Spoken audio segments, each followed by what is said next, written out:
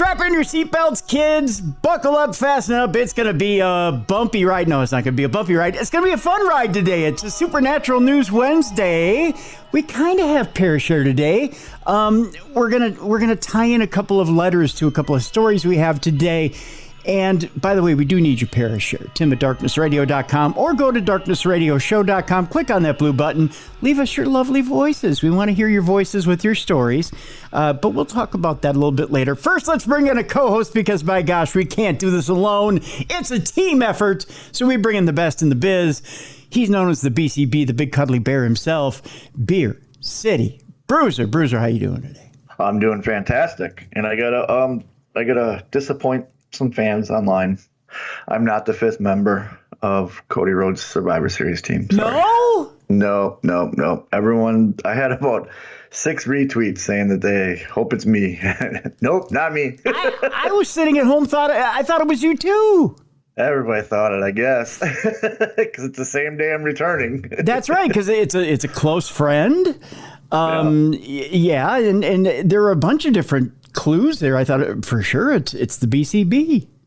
Nope, not me. I will be in North Carolina at WrestleCade. Well, wrestling, yes, I will be wrestling. Well, but yeah, I will be far, far away from Chicago. Well, there's Red Eyes. There is. Yeah. Those days are behind me. Red Eyes just ain't for bad cameras anymore. Those days are behind me. Now the kids are out of the house, no more red eyes for me. I used to red eye all the time. Yeah. To get back for softball games or plays or the graduations or trick-or-treating or whatever. Like, in fact, our first Jericho cruise, when we landed, I had to fly back because I had trick-or-treating with the kids that night. So I literally went from the boat to the airport to home to get the kids dressed up to trick-or-treating. That's right. We did come back on a Halloween, didn't we? Yep. Yeah. And it was a long, long day. Yeah, it was. Yeah, it was. I remember that too. Yeah. It was a very long day indeed, but a fun time. That's for sure. Oh, great time. Yeah. I want to do it again. Yeah, most definitely. We have to work our way back there. Any cruise I'd like to go to, as long as it's a theme cruise. I found out theme cruises are the way to go. That's right. That's why we're going to do the Cruiser and Bruiser Beer Bash and Paranormal Cruise 2030. We'll set it out there and we'll work our way towards it. I guess they had a Walking Dead cruise for a while. They did, yeah. Where they'd have people dressed up as zombies and stuff like that. Like, that would have been pretty cool to do. Yeah, it was also done by Six Man. Yeah, Six Man does a lot of those, don't they? Because they do the Burt Kreischer one, they did the Kiss one, they did the Jericho one. They do a lot. Unfortunately, when the main cast went the way of the dodo, so did the cruise. So, yeah, we'll figure out another way on a boat. Sure. We'll get on a boat. Sure, even if it's just a dinghy and the two of us. Well, that's right. We'll get up. We'll go out and play with our dinghy. Huh? Yeah, something like that. Sure. Big show today, by the way, Bruiser. And I may or may not tell you a little story about my Reddit adventures today when we get to Ziggy's picks. Okay. I found out that some of the worst fans in the NFL aren't the fan base you think. Oh, no. They may be Vikings fans. It is Vikings fans. Yeah, they're a bunch of whiny bitches. Yes, they are.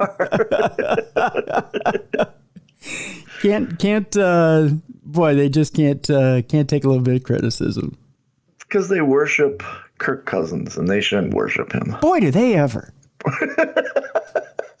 Boy, they can't stand the truth, can they, about him? Do you think? And we can talk about this. Yeah, we'll talk about it later. Yeah, we'll talk about Ziggy's picks. Let's get to the paranormal stuff, shall we? Because that's why people are tuning in today. Aliens. We got that in the beginning of the program. There's a lot of ghost stories today, Bruce. Oh, okay. Yeah. Well, holiday seasons are usually when these all come out. You know what I mean? That's how we got, Christmas Carol and all that is they're ghost stories essentially. Yeah. Well, it's cold. Like our friend Jeff Belanger was telling us on the Krampus show last week. It's a cold time of year. It's dark. There's a lot of spirits out there. When you hear the wind howling through the trees, is it actually the wind or is it the spirits out there that are screaming? That's true. Yeah. That's very true. So we've got quite a few haunted stories today. One of those haunted stories actually has to do with a woman who is a TV producer who's decided she's going to cut her rent and stay in an abandoned hospital. But she's getting a little more than what she bargained for. That's one of the stories we'll talk about today. Okay. Also, there's a lost NASA tool bag out there. You can claim it. We'll talk about that and what we do if we had a hold of a bag of NASA tools. At least I hope it's not like it's actual tools and not like Buzz Aldrin's testicles or something. No, it's nothing funky like that. It's an actual bag of tools from the ISS. So we'll talk about what we could do with a bag of NASA tools. That's coming up a little bit later today. I know you're saying, what's that got to do with anything, Tim? Think about it. Think about the alien craft you could work on with a bag of NASA tools. You know that it's just not like a socket set. Oh, no. I've been fascinated with astronaut tools since that Home Improvement episode. Right. Where Tim tries to steal all of them. I'm like, man, those are cool looking tools. Right. So we'll talk briefly about that today. And lots more. There's lots on the agenda today. So let's get it fired up, shall we? We're going to start with our good friend Avi Loeb, who, by the way, as we go on, as the days passed, or as they passed, rather, it looks like those alien spheres that were dug up from the ocean. Yeah, the little ones. Yeah, may not be so alien afterwards. Come on, Avi. You promised us, Avi. You promised us. At first, the remnants of Oumuamua looks like they could be spherical in nature and alien in nature, and we were all rooting for Avi. We really were. We were, because Avi's a good guy. Yes. You know, and he's obsessed with Oumuamua, but he's a good guy. He is. He's a great guy. And we truly want him to find that holy grail of alienness, if that's a deal, if that's an actual term. I thought he had it this time with the ocean. I thought he did too. But the Harvard astronomer and his team had found the objects while searching for fragments of an interstellar meteorite we know it as Oumuamua. Back in June, Loeb, who had been on an expedition to search for pieces of an interstellar object that fell somewhere in the Pacific Ocean, published a blog article describing the discovery of a mysterious, or rather, not just one, but many mysterious metal spherules. That's hard to say. That is very hard to say. Metal, this author wants to show how smart he is. Yes, spherules. With a composition he claimed to be anomalous when compared to human-made alloys. We found 10 spherules, he said. Why don't they just say spherical objects? Make it easier for everybody. Because he sounds smarter that way. Yeah, he went to Harvard. We didn't. Yeah, and he teaches there. You and I'd be like, we found some round things on the bottom of the ocean. We'd say metal balls because it makes us giggle. Would. Yeah. We found 10 metal balls. They're tiny balls with little hairs coming out of them. They're alien in nature. Yeah, they're little alien metal balls. He said, we found 10 spherules. These are most perfect spheres, he said. They're shiny, too. Or metallic marbles is what he's calling them. That's a good... Oh. I like that term. I like that one, too. That one's good. Metallic marbles. I'll take it. I'm going to refer to my testicles as those from now on. Oh, yeah, metallic marbles. Yeah. But don't tell anybody you'll take a shot to the metallic marbles. No, definitely not. I've taken too many. Yeah, that's a rough career there, buddy. When you look at them through a microscope, he went on to say, they look very distinct from the background. It has material strength that is tougher than all space rock that were seen before. How about yours? Tougher than most? Yeah, they are. They've been through a lot. All right. Yeah. I ruptured one in a match one time. So. Okay. Yeah. Loeb's claims proved controversial, to say the least, and as things stand, his paper on the findings has yet to be peer-reviewed. Many scientists questioned whether or not the spherules, I don't know why they keep saying that in this article. We already said metallic marbles. I'm just going to switch it up. I could call them the MMs. Yeah. Metallic marbles. Yeah. For short? Sure. I like that too. Okay.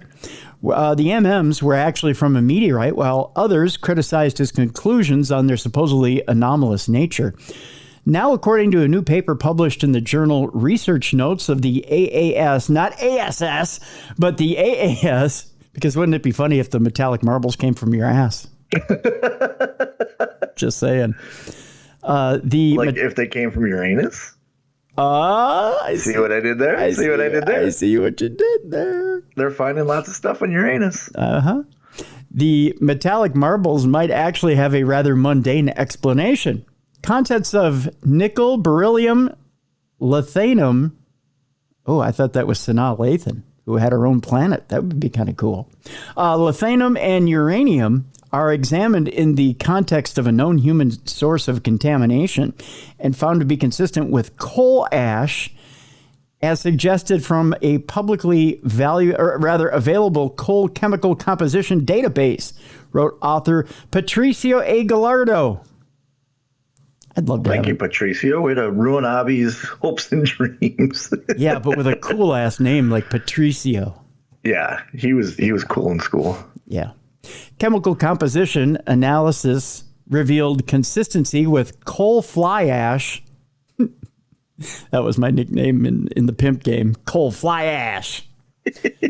A waste product of the combustion of coal in power plants and steam engines. Sorry, Avi. Oh, so it's remnants of the old steam engines that used to cross the ocean back in the day. Yep. Because it's not like the cruise liners that you and I are on. No, they used to actually use coal. You can see the pictures of the guys shoveling the coal into those giant engines to keep it going. Yep. Poor Avi. Poor Avi. The meteoric origin is disfavored, Patricio went on to say, and then he stomped on it and did a little touchdown dance. Just saying. If Gallardo is correct, then it means that the meteoric marbles, we're not saying spherules, although I'd like a nice bowl of cereal right about now, and some milk, are not even from space at all. Ooh. Ooh, now he's really digging it in. He not only stabbed him, but now he's twisting. Yeah, he is. Whether or not Loeb is likely to ever agree with this interpretation, however, remains to be seen. My guess is no. He's not going to agree. Yeah, I don't think he's going to say, oh, yeah, you're right. No, I think he's going to fight this tooth and nail. Yeah, he's going to go, nope, sorry, not going. How do we know UFOs don't run on steam? That's what he's going to say. That's true. He's going to say, who's to say they didn't go retro on the bit? And, you know, it's like a flashback Thursday for them or whatever. You know? Yeah. He's just. These could be millions of years old, too. And maybe back then they did use steam. A steam-powered UFO. Oh, sure, the outside is light as Mylar, but the inside, no, they got aliens shoveling coal into the combustion engine. I can just see Scotty in Star Trek just shoveling coal away. I can't keep going, Captain. Me back is broken. Give it her else. She's got 6 shovels full. 6 shovels full. Oh, no. Oh, nerds. Because you'd say that if you were shoveling coal into a steam powered UFO. You know, that's a Midwest phrase. Nerds. Yeah, I say it all the time down here. People look at me like, "What is that?" I'm like, I don't know. It's just a thing. It's a saying. Nerds. It's kind of fun to say, though. I mean, is. You know, when you're not trying to swear in front of the kids. Just saying. This next story comes to us from Heather Peterson. And I want to thank Heather. This is, and she put a little note in here. So this is part of the Parashare, part of our program. We'll throw it out here early in the program. She says, "Hi, Tim and Bruiser." I threw that part in. She didn't say, "Hey, Bruiser," but I'm sure she meant to. She did. She did. Yeah, because she includes you here in the note. She says, "Longtime listener, and we are friends in the virtual world on Facebook." Well, hello there. She also says, "Hi to BCB." See, hello. See, she said hi to you. Hello, Heather. Thought I'd share this in case you missed it. It happened recently. She said, "Love your show, and I never miss it. I'm missing the chipmunk stories, but love the Hulk squirrel talk." Oh, by the way, I also Chip. What is it? Chip Schwarzenegger, whatever. Arnold Squirrelzinator. That's it. Yeah. Squirrelzinator. I'm sorry, Squirrelzinator, not Nader. He didn't become a cyborg yet. Although I think he's working on it. I saw him looking at. Is he sleeping yet too, or no? No, he's been around. Because you said all the chippers are sleeping. Yeah. So he's still like that must be the testosterone he's on. Yeah, I think he's shooting up in the backyard. Yeah. I found a few needles out there.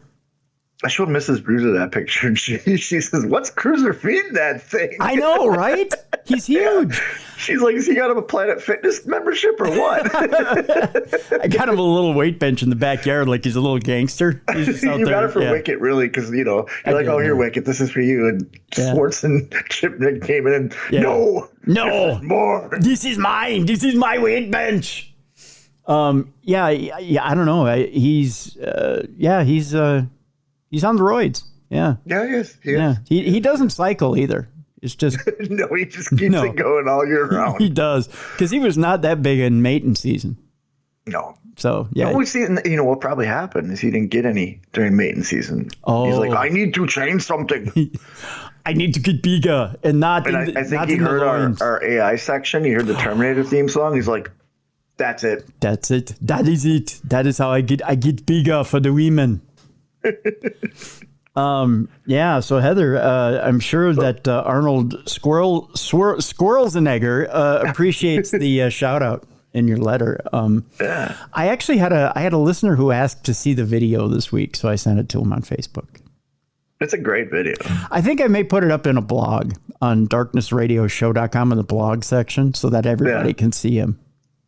He's an impressive squirrel. Yeah, because at first I'm like, okay, he's just going to show me a picture of a fat squirrel. Then you sent it over. I'm like, wow, I can see every muscle in that squirrel's arms and legs. He's toned, isn't he? Yes. He's toned. He has no body fat. No. I'm jealous. Right. If they had a Mr. Olympia for squirrels, I think he'd be in it. He would, and he'd win. He would, yeah. Yeah. So you love the Hulk squirrel talk. Well, Arnold Squirrelsenegger thanks you, Heather. She said, I feed all my little friends all my little reds and big grays myself come fall. So she has squirrels that she feeds as well. Okay, she got reds too, which are beautiful squirrels. Yeah, they are. So there's a link to a story that she sent us, and it's the second story in our menagerie today, and it comes from Beltrami County, Minnesota, where a flash and a boom rattled Beltrami County and neighboring counties here in Minnesota. The Beltrami County Sheriff's Office says a loud boom shook a large part of Bemidji, Minnesota. You ever been to Bemidji? I think I've driven through it, but I've never stopped. I'm trying to remember if Bemidji is where they have the turtle races. I know I've seen turtle races up north, but I don't remember if it was Bemidji or somewhere else. Somebody's going to correct me on this. I don't know. I know. You know what? I went to a barn party in Bemidji after a wrestling show. We wrestled up there somewhere. I remember going to a barn party, and I won the best butt contest. Oh, very nice. The best butt of Bemidji. Yeah. Yeah. See? I do. I was the best butt in Bemidji. Well, this was 20 years ago. Wow. It's kind of changed over the years. It's probably a yearly prize, Bruiser. I mean, Yeah. Although if you'd like to challenge for your title back, I'm sure that they have the yearly contest up there. Well, the second place girl and I, we had drinks afterwards, and oh, very nice. Yeah. Did you compare butts or what happened? Oh yeah, we compared stuff. Compared stuff. Oh yeah. Went a little further, did it? Yeah. I was single at the time, so I figured, hey, got to put this best butt in Bemidji to use, right? Would you like to see what else is best in Bemidji? And I guarantee you, this flash and loud bang was not my butt.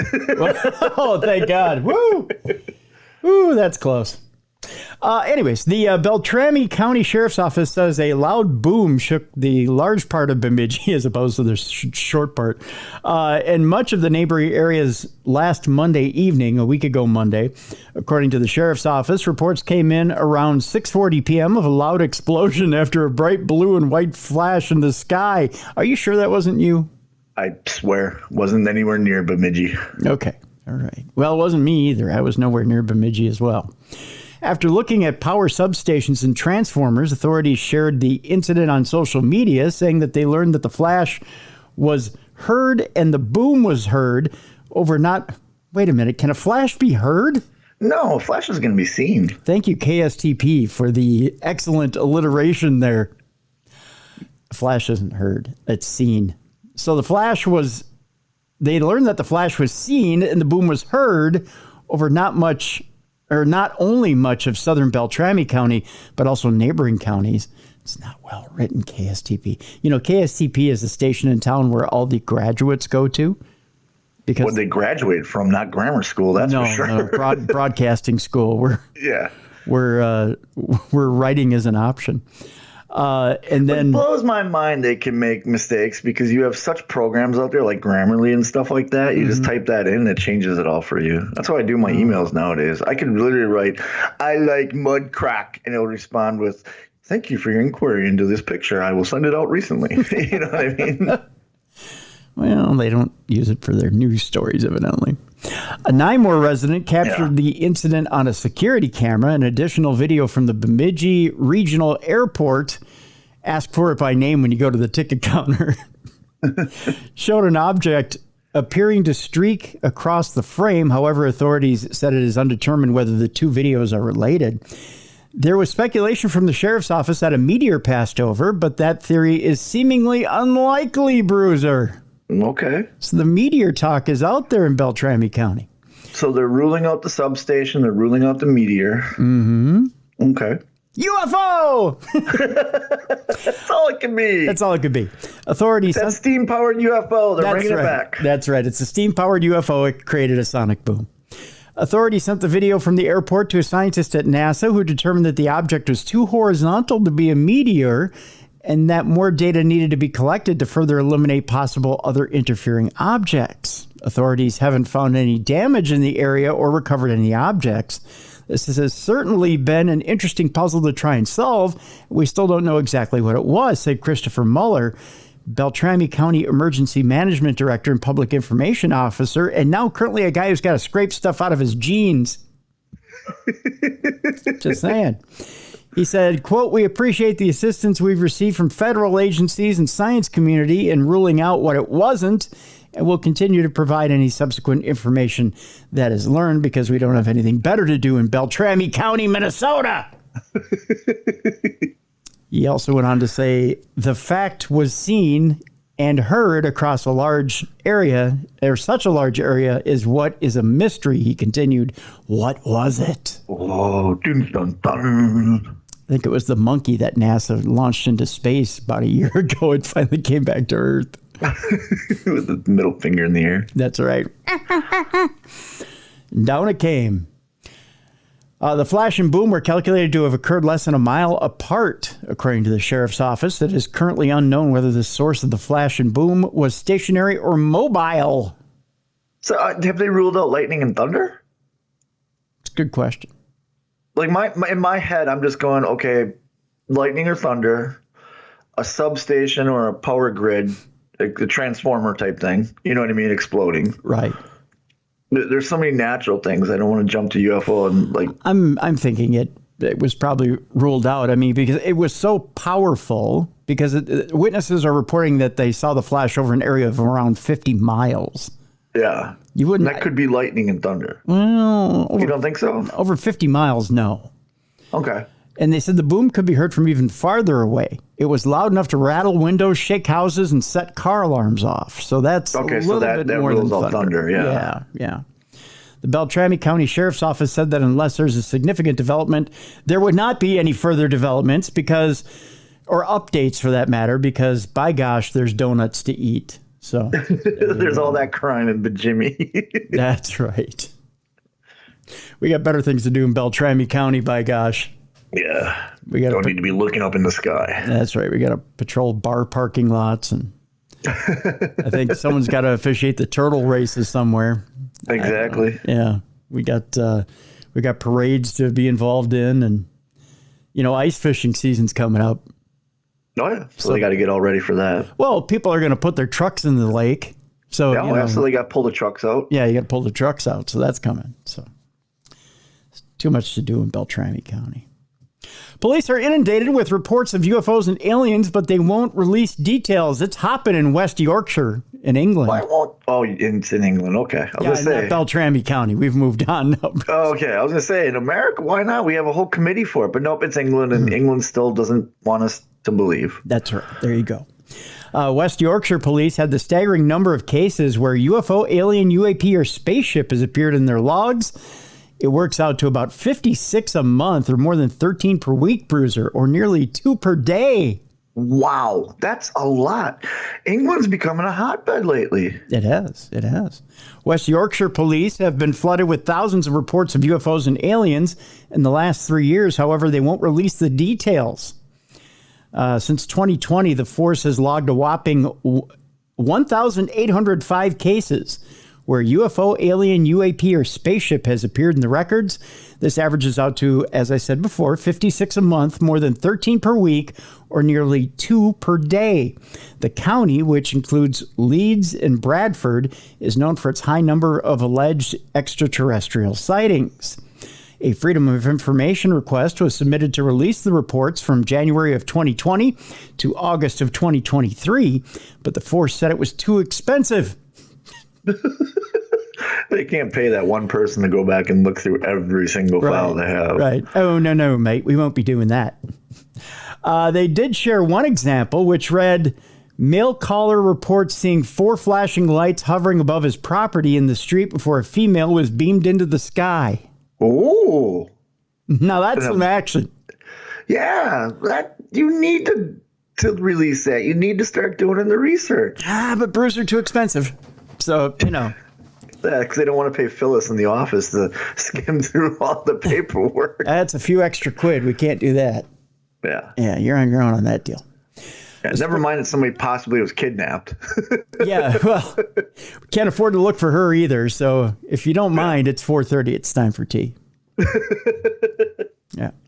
A spokesperson for what? Pip Cheerio. Pip Cheerio and all that. We'll leave it up to the queen to... Oh, I'm sorry. Too soon? We'll leave it up to the king to decide on that. See, and I'm surprised they haven't changed because the king's obsessed with UFOs. Is he, though? Well, remember he did the whole thing in Canada and all that? It was him, wasn't it? Can he be that obsessed if we're not pursuing this? No, you're right. Yeah. You're right. Yeah. Now he's just happy being an ugly king. Gosh, let's not insult the people in England. They listen to our show. I didn't say the English people. I said their king is ugly. Not one of our listeners thinks King Charles is an attractive man. Well, but maybe they love their king. I mean, I'm not. You don't have to be attractive to be in love. Some people have ugly. Trust me, my wife married me. I was gonna say some people have ugly pets, but they love the crap out of them. Yeah, I don't think they. Yeah, I don't know. It's. You go from the queen who in her heyday was like, "Hey, baby," to this guy. Like, hey, baby. And not like an Adam Cole baby, but like a hey, baby. Yeah. I see what you're saying. I'm picking up what you're putting down. A spokesperson for West Yorkshire Police. We are so sacrilegious right now. A spokesperson for West Yorkshire Police we can confirm that we hold the information. However, it is not held in an easily retrievable format. So it's still on floppy disk, evidently. It's either, or like I said, it's just handwritten and they don't want to pay Phyllis to go back and read all the reports. She's got trifocals. Yeah. Just saying. She's been there for 73 years. Yeah. Do I have to read this shorthand? It's rather embarrassing, your handwriting, love. During the period, there was 1,805 incidents containing the words. Well, that's the 18th time they put that in this article. They're really pounding home how many UFO visits they have. Yeah, and how they really, really don't want to read what's on them. Yeah. To determine whether these incidents are related to believed sightings, we would need to review each incident in detail, they went on to say, at approximately 2 minutes per record. This would take over 60 hours. What else are you doing? I mean, really. So 60 hours, so 2 work weeks. Yeah, a work week and a half. If you do a 40-hour work week, take the weekend off, another 10, 3 days, 4 days, you're good. Yeah, you're good. You got it. You're done. Yeah. It has been estimated that the cost of providing this information is above the amount to which we are legally required to respond, they went on to say. Lazy. Yeah. i.e. the cost of locating and retrieving the information exceeds the appropriate level as stated in the Freedom of Information Fees and Appropriate Limit Regulations 2004, let's update it then, which currently stands at 450 pounds worth of work. That's it? That's it. According to retired police detective, 63-year-old Gary Heseltine of Featherstone, West Yorks, who now edits UFO Truth magazine. You're next detective. Go in there. Say, hey, I will work. Put me back on payroll for 60 hours. I'll take exactly 400 pounds to do it. Exactly. You can keep the other 50 pounds. Give me the 400 pounds. Yeah. And I'll figure it out. Come on, you're a detective. Get on the ball there. It's Gary, right? That's his name, Gary? No, the guy who is quoted in the article, yeah, it's Gary Heseltine. Yeah. Get in there, Gary. Come on. Take one for the team, Gary. We want to know, especially if women are being beamed up. Yeah. We might want to look into the woman being beamed up into a craft. I think that's an issue. Yeah. Yeah. It's probably worth taking a pay cut to go through those documents. Yeah.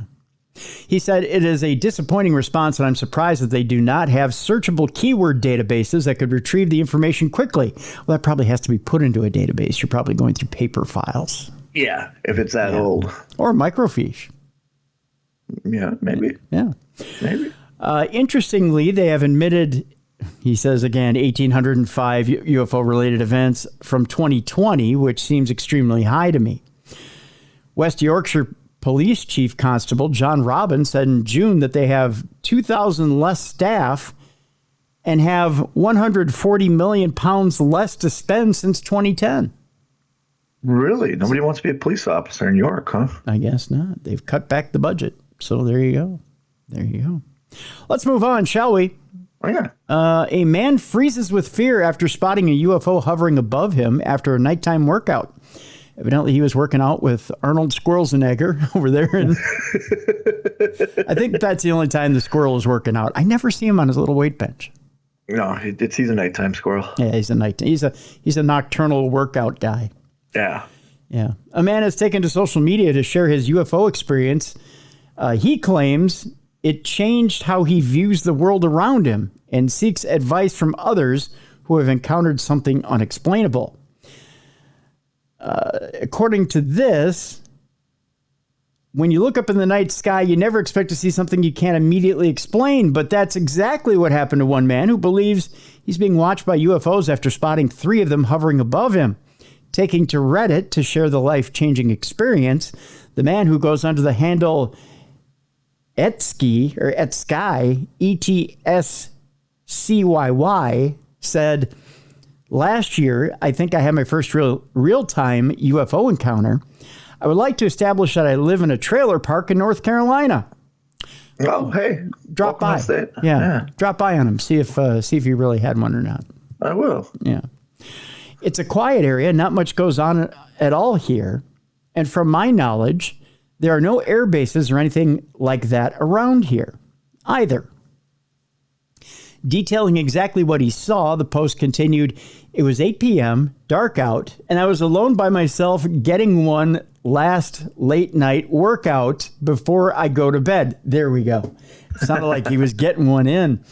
The park has this place where they put everybody's mailbox, which is where I was around at that time.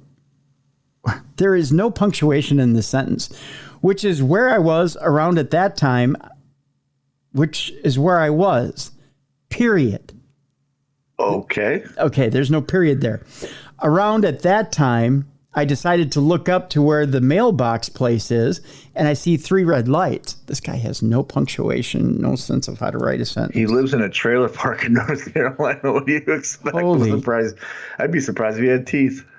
Well, use some AI. I mean, sure. I mean, speaking of, I don't think I have an AI story this week. AI's taking a break for the holidays. Well, yeah. Merry Christmas, ho, ho, ho. They weren't bright, but definitely had an aura and a glow to them. None of them were blinking like planes. Now that I've said that, by the way, Bruiser, now that I said I don't have an AI story for the week, I'm going to get 14 AI stories from our audience. Oh, probably. They love to keep the fear factor up between the two of us. Oh, yeah. They want us not to sleep at night. Yeah. So Tim at darknessradio.com if you'd like to see us shit our pants and put Polly in it, evidently, for Christmas. They weren't bright, but definitely had an aura and glow to them. None of them were blinking like planes or anything like that. They were in an upside-down triangle position. Two of them stood still, and the one on the top left corner of the triangle started moving to the left and then back to the right and stopped back in perfect position. Almost like it was trying to show me something. They sat there for, I want to say, about 3 minutes, and then just ended up fading and dimming away. Interesting. Yeah. While some may be in awe after seeing a UFO, this Redditor, who lives in a trailer park in North Carolina, was filled with dread and feared for their life. Really? Why? Well, let's find out. The post continued. It was such a weird experience, and maybe it's where I was alone, but I got this feeling of dread and genuinely felt fearful for my life, like I was going to die or something. I was frozen up, to put it bluntly. Felt like there was a higher power. After they faded away, I went back in my house and never told anybody about this experience. However, the uneasy feeling did not subside. And ever since the sighting, the Redditor hasn't felt the same. That's in quotes. The man concluded, ever since that, though, is the weird part. I have felt this feeling of dread and just can't get the encounter out of my head.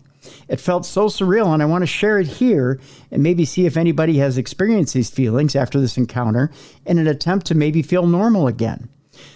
They claim, quote, feelings of littleness, thoughts and wonders of why we're here on Earth, what is the point of living, and what are we here as humans? I feel like I sound crazy, but I just haven't felt the same since that encounter, and really needed to tell someone, even if it's some random people online. Some Redditors were sympathetic and even offered advice to deal with that experience. One commented, I don't think your experience is abnormal at all in terms of feeling dread and freaked out. I think you absolutely did the right thing by posting this and getting it off your chest. I had a sighting when I was in college, and I felt very much the same way.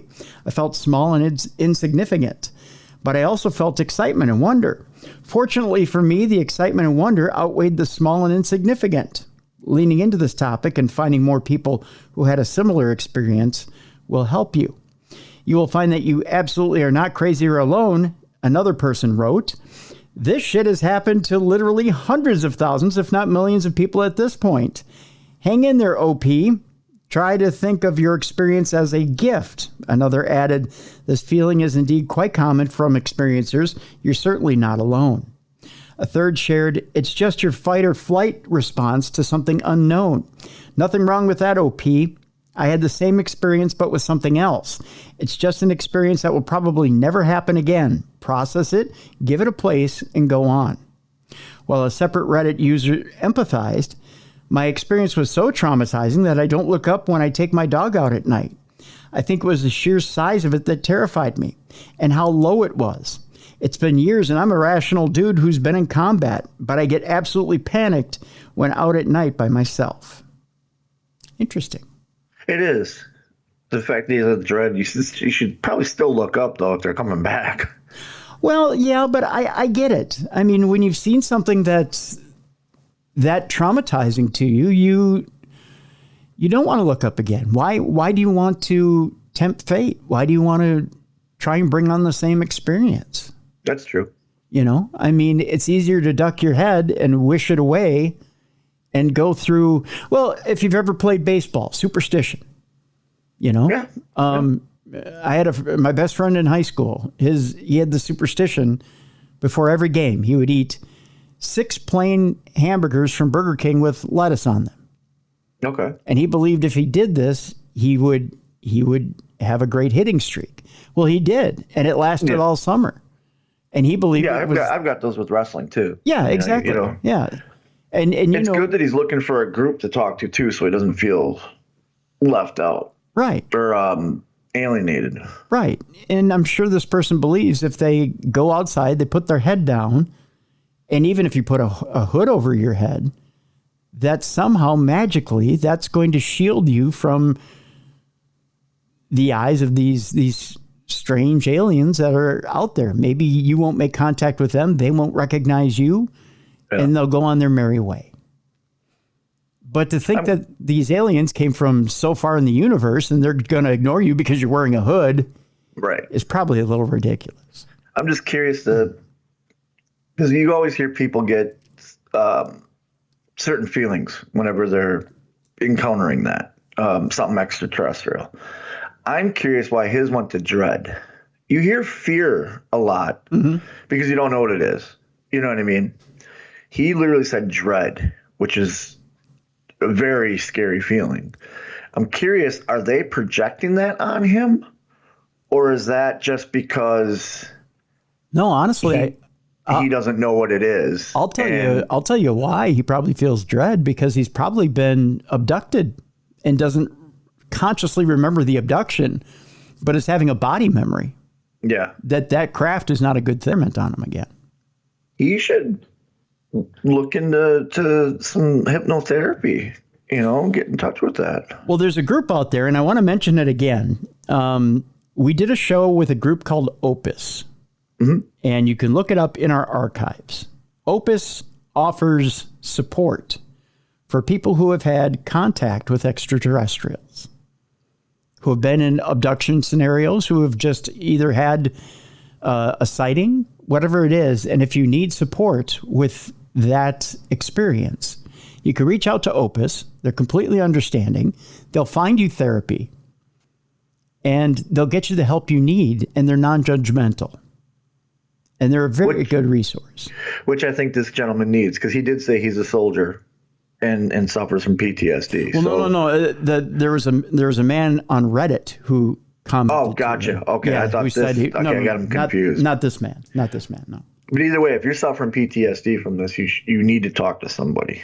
Right, exactly. And Opus is the perfect place to go talk. Yep. Because they won't judge him. They will get him the help he needs and listen to his story. Yep. And Opus is available also. If you just Google Opus, even if you don't go to the archive, if you just Google Opus, OPUS, and look for them online, their website comes right up. Okay. So there you go. I have an article here, Bruiser, that talks about which presidents have seen UFOs. And it's more than one. You always hear about Ronald Reagan and his famous sighting, but there's been Was it Nixon that showed somebody UFO? Was that what we heard? Was it Nixon? Well, Nixon supposedly showed Jackie Gleason the bodies of dead aliens. And we had an author on the program to talk about that.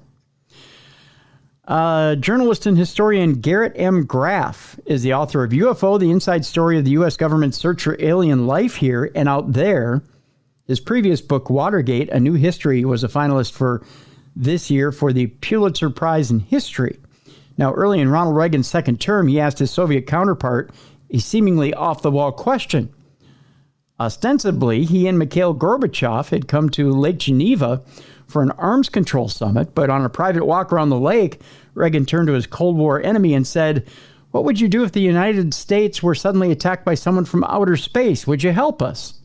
Gorbachev later recounted, "I said, no doubt about it." He said, "We too." So that's interesting. That is very interesting. Yeah. To the U.S. president, the question was an opportunity to recognize a shared desire to protect humanity on Earth, a species that might very well succumb to the horrors of nuclear war, but his reference to aliens as a possible shared enemy wasn't as random as it might sound. Reagan was a lifelong fan of science fiction, and he'd had an encounter with a UFO while riding in a plane in the 1970s. Reagan, as it turns out, wasn't the only president who has had a more than passing interest in the possibility of extraterrestrial life. For the past half century, almost every president has come to office pledging, publicly or privately, publicly or privately, to get to the bottom of UFOs and that entire issue. Ever since the modern UFO age began during Harry Truman's administration, presidents have nosed around hoping to find the truth. In 1947 and 48, waves of flying saucer sightings captured the public imagination. The Pentagon feared they represented not aliens, but secret Soviet spacecraft built by kidnapped Nazi rocket scientists. And as the sightings increased month and month, Truman's own interest peaked. One afternoon in 1948, Truman summoned his military aide, Colonel Robert Landry, to the Oval Office and talked about UFO reports and what might be the meaning for all these rather way out reports of sightings and the subject in general. Landry recalled all manner of objects and things were being seen in the sky by people. Truman told Landry that he hadn't given much serious thought to the reports, but was worried about the possibility of new and underestimated threats. If there was any evidence of a strategic threat to the national security, the president said, the collection and evaluation of UFO data by Central Intelligence warranted more intense study and attention at the highest government level. Moving forward, he wanted a quarterly oral report from Landry and the Air Force on whether any of the UFO sightings presented any real danger. Over the rest of Truman's presidency, Landry regularly provided the briefings, but as he later recalled in an oral history, nothing of substance considered credible or threatening to the country was ever received from intelligence. But the sightings never fully went away and solid explanations never materialized.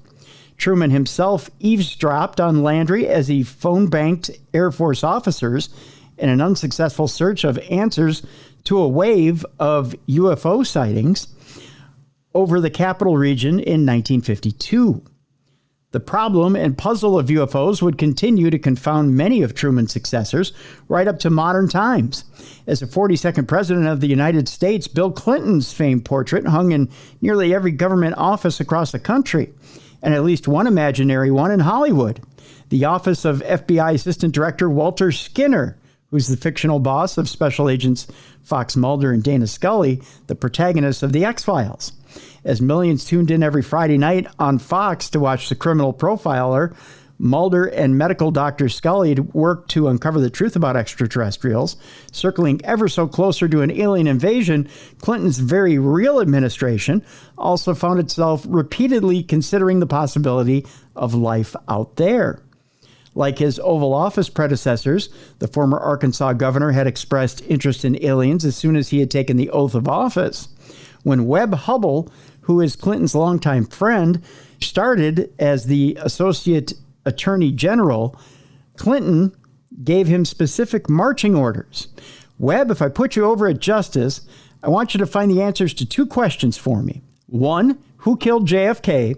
And two, are there UFOs? Now, it says here he was dead serious, Hubbell later wrote in his memoir. I had looked into both, but wasn't satisfied with the answers I was getting. Well, of course, they're not going to tell you either one of those at that time. Well, you wouldn't think. And if you did find out and told Bill, it's not like it's going to become public knowledge at that time. No, but the president would know. Right, exactly, yeah. Yeah. As the years passed, Clinton's interest in UFOs, and specifically the idea that the government wasn't leveling with the American public about what it knew, never seemed far from his mind. Responding to a question from a child named Ryan during a 1995 trip to Ireland, he said, "No, as far as I know, an alien spacecraft did not crash in Roswell, New Mexico in 1947.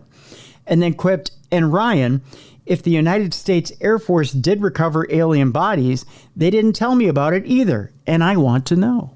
Okay. Interesting. Yeah, very interesting. Yet despite such consistent presidential curiosity and interest across generations in the 80-year history of modern UFOs, only once have two UFO spotting presidential believers run against each other. That would be President Reagan and President Jimmy Carter in 1980.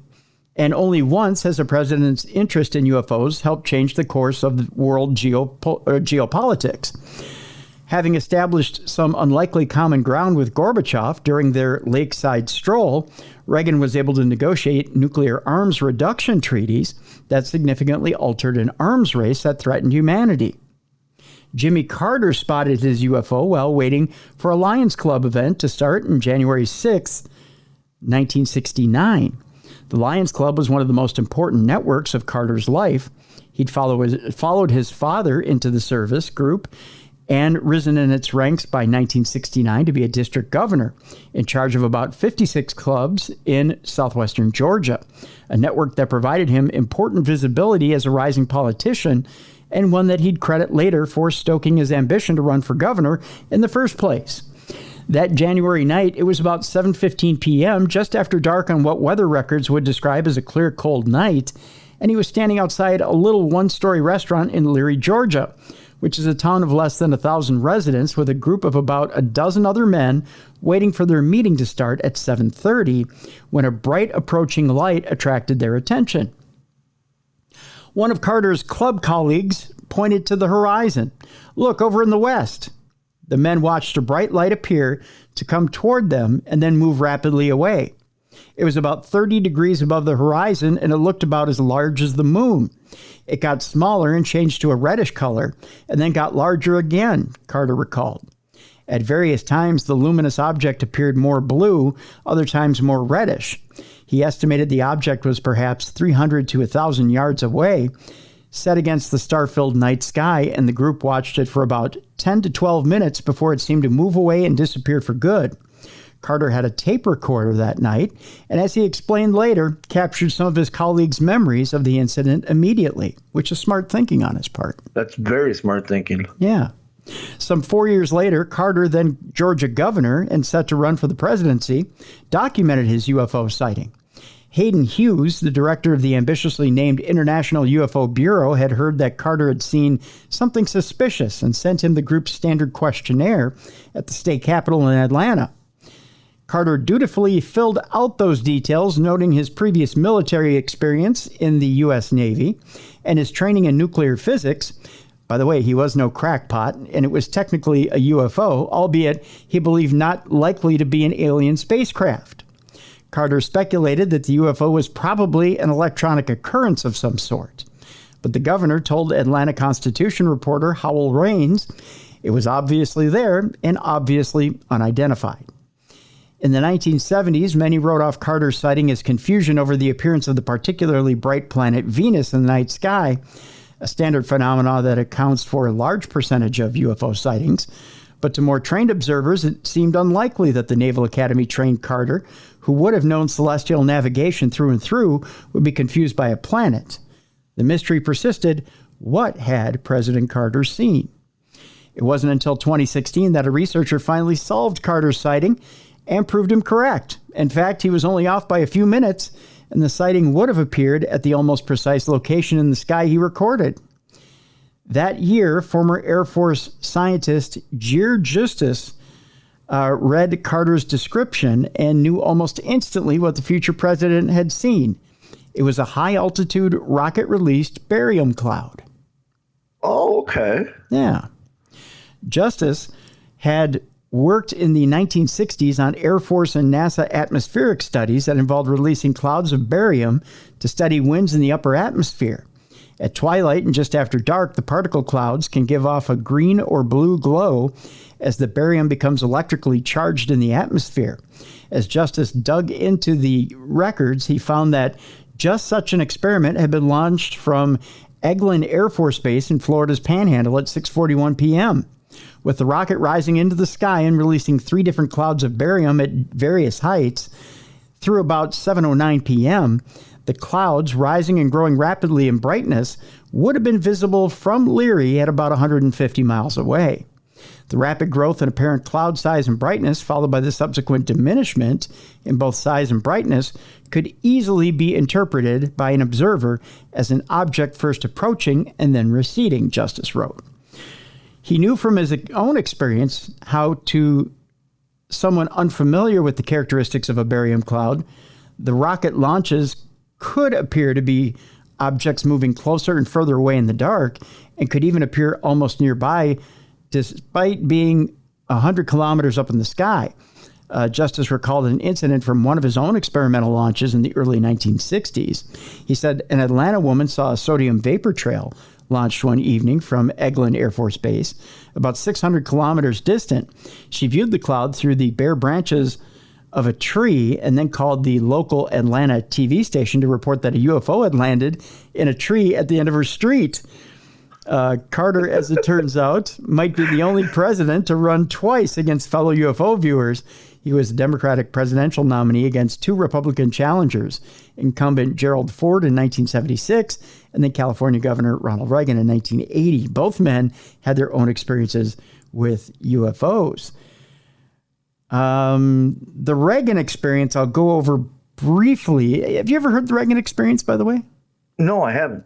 Okay. I know he's had some because he's been real open about it. Yes. So Reagan had an encounter with a UFO while flying in a Cessna Citation near Bakersfield, California in 1974. Reagan's pilot that night was Bill Painter. Later recounted noticing a strange object several hundred yards behind their plane. It was a fairly steady light until it began to accelerate. Then it appeared to elongate. Then the light took off. It went up at a 45-degree angle at a high rate of speed. Everyone on the plane was surprised, he said. The UFO went from a normal cruise speed to a fantastic speed instantly. If you give an airplane power, it will accelerate, but not like a hot rod.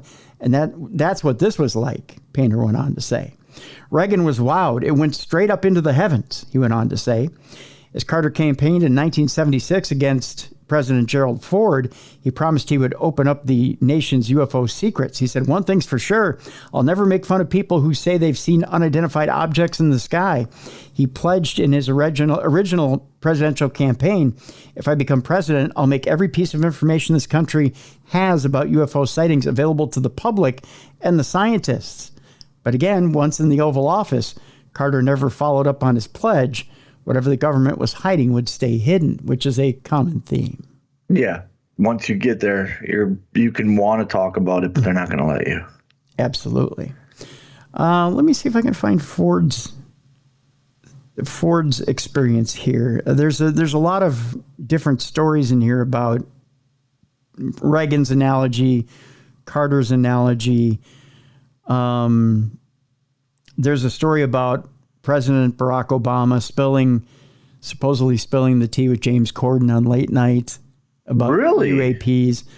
It says here, most recently in 2021, former President Barack Obama spoke about the mystery, what the government by then called UAPs, telling late night host James Corden, "When I came into office, it was like, all right, is there the lab somewhere where we're keeping the alien specimens in spaceship?" And they did a little bit of research and the answer was no. But what is true, and I'm actually being serious here, is that there's footage and records of objects in the skies that we don't know exactly what they are. We can't explain how they moved, their trajectory. They did not have an easily explainable pattern. So this is what he told James Corden. Okay. It was a remarkable statement and one that hinted at how long-standing and how real the mystery of UFOs was, even to commanders-in-chief, who presumably would have had access to answers if there were ones. So that's where we leave the story. So yeah, as far as the public is concerned, presidents do know that there are things out there. Right. They're just held up by all the red tape of why they can't talk about it. Right. And if you want to believe in a so-called quote-unquote shadow government that may be telling these presidents, well, no, you can't talk about this. Well, maybe, yeah, that's there. Yeah. Maybe there is a chapter of the government that tells them, no, we can't talk about this, and there's a good reason why. Mm-hmm. We just don't know about it. And we may never know about it. What I liked was Jimmy Carter right off the bat says it's an unknown. It's a UFO because it's unknown. I'm not saying it's alien. I'm just saying it's unknown. Right. And then, that was proven. But then he saw it again or something else. And he's like, okay, that there is not of this world. And he took a skeptical eye. Having been educated, he took a skeptical eye towards it and didn't say. You said something about a shadow. I don't mean to cut you off. You said something about a shadow government. Mm-hmm. Not letting the presidents talk about their experiences. Now that we are open to it as far as the government with that committee and stuff, do you think that shadow government still has that much control, or do you think they lost a little bit? Absolutely. I don't think, and the thing that makes me giggle a little bit is, here's the deal, Bruiser. You have to think of it this way. Sure, you have the government asking the general public to come forward with their videos, with their experiences, to talk. Where is our initial whistleblower right now? I don't know. I haven't seen him since his TV days. You haven't, have you? No. You won't. Okay. Because there's going to be much to do about nothing. He came forward. He said what he had to say.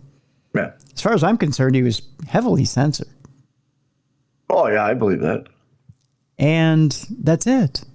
You haven't had anybody who's been abducted by an alien go speak to Congress. True. You haven't had anybody who's had significant contact with aliens testify to Congress. And the little bit of outrage you've had from Congress has been, well, we need to open up everything. We need to see everything, blah, blah, blah, blah. And you've had a little bit of bluster from Congress. Meanwhile, someone's sweeping it all away. Why is that shadow government then now think that the American public's ready now and not in 1980? Oh, they don't. They're just feeding you little bits and pieces. Just to satisfy that craving. Sure. Because here's what happens. Let's give them a little nugget, but not the whole candy bar. Sure, because here's what happens. And we're not a political show, but let's face facts. You have representatives and senators that aren't getting things done on both sides of the aisle. Mm-hmm. Inflation is at an all-time high.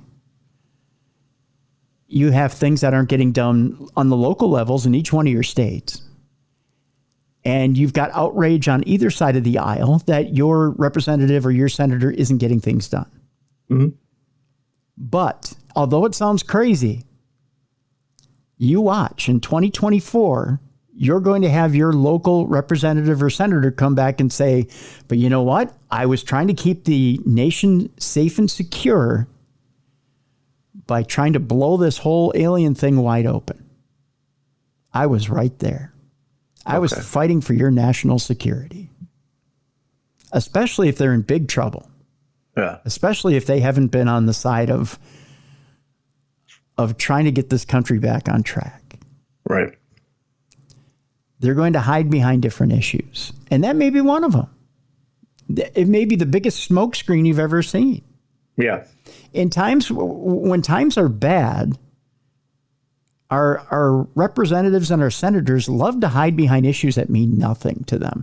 And this issue, although it may mean something to us, means absolutely not a goddamn thing to the government.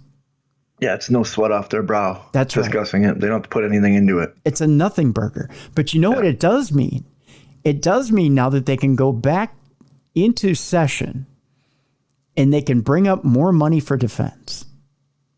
Because now we have we have another possible enemy that we have to defend against. That's right. We have another threat. We have another threat.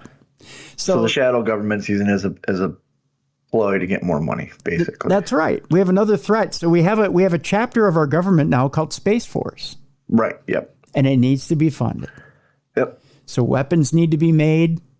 There's manufacturers, weapon manufacturers that need money. They'll get funded. Space Force will be funded. Other chapters of our military will get funded. And everybody will get paid. And life goes on. And they'll just keep giving us little bites of the sandwich. That's right. Yeah. And you'll never, people who have actually been harmed will never get to see the light of day. Oh, yeah. They'll never get to testify. Right. Yeah. And you'll get glad-handed by the government once again. That's why shows like this exist. Yeah. So you can tell your stories. That's why podcasting exists. That's why you have shows on, well, I won't go so far as to say shows on television, because I think shows on television barely break the surface. But you know what? There's movies out there, and there's different documentaries out there that are very good that tell stories. Yeah. But there's outlets. There's outlets to tell those stories. It's not in front of a congressional hearing. Yeah, you're not on record. Well, I mean, you're on record, but you're not on government record. You're not on a record that's going to matter. Yeah. Yeah. Right. Yeah. So there's that. Okay. Yeah. And if you think it makes a difference to go in front of Congress and say something, go ahead. But I'll warn you this. If you go on record with Congress, you may not be around in the next few years. I was going to say, then you're putting yourself on their radar. Don't be surprised if David Grush shows up dead somewhere in a couple of years. Well, and he said that in interviews. Yeah. When he was deciding whether or not to come out and be the whistleblower, I forget where he was interviewed, but he had said, I wanted to get it out there so that if something happens to me, people know it's a cover-up. Well, I can guarantee you he's going to end up somewhere dead in a couple of years. Yeah. I think he knows that. He has to know that. But he would have probably anyways, because he had taken it to a certain place where he couldn't turn back. Correct, yeah. Before he even came out and testified before Congress. Yeah. He came out and testified publicly because he thought that was going to give him more time. Which it did. It probably did. But it's still going to end up the same. Mm-hmm. It's still going to be another murder that's covered up. That's true. Very true. Let's move on. Our final story before we go to break. We're kind of late on our break today, but NASA's lost a tool bag in space, and you can actually see it with a pair of binoculars. It may have actually, It may have actually hit our atmosphere by now. But really, it's falling back to Earth, huh? It's falling back to Earth, and the astronauts were performing updates on the International Space Station when they lost their grip on a bag of tools. Now, believe it or not, this is not uncommon. No, I've heard they lost stuff up there. That's why they have the tethers and the stuff up. They're supposed to be tethering stuff off. Yeah, yeah. Obviously, they haven't perfected that yet. That's right.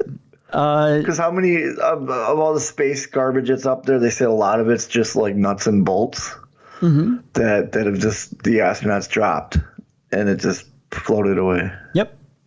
NASA astronauts Jasmine Mogbelli and Laurel O'Hara were performing maintenance work outside the International Space Station earlier this month when they lost their grip on a bag of tools.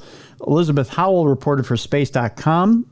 Megan Christian, a reserve astronaut with the European Space Station, posted a short video clip of the moment that the equipment drifted away. It was seen floating over Mount Fuji at around November 5th. Oh, no. It's that slow motion reach. Oh, sure. I wonder if you get that taken out of your pay. That's what I was wondering. Like, are they going to go, okay, it's time to leave the space station? Nope, not leaving. If I go back to Earth, I have to pay for all those tools. I'm not going back. On Wednesday, the Virtual Telescope Project captured grainy footage of the errant toolkit, which can be spotted with binoculars.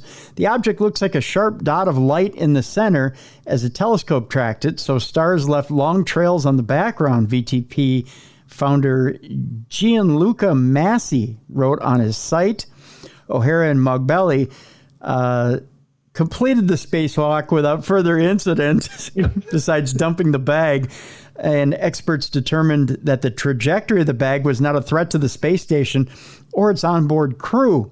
Officials wrote on the NASA site.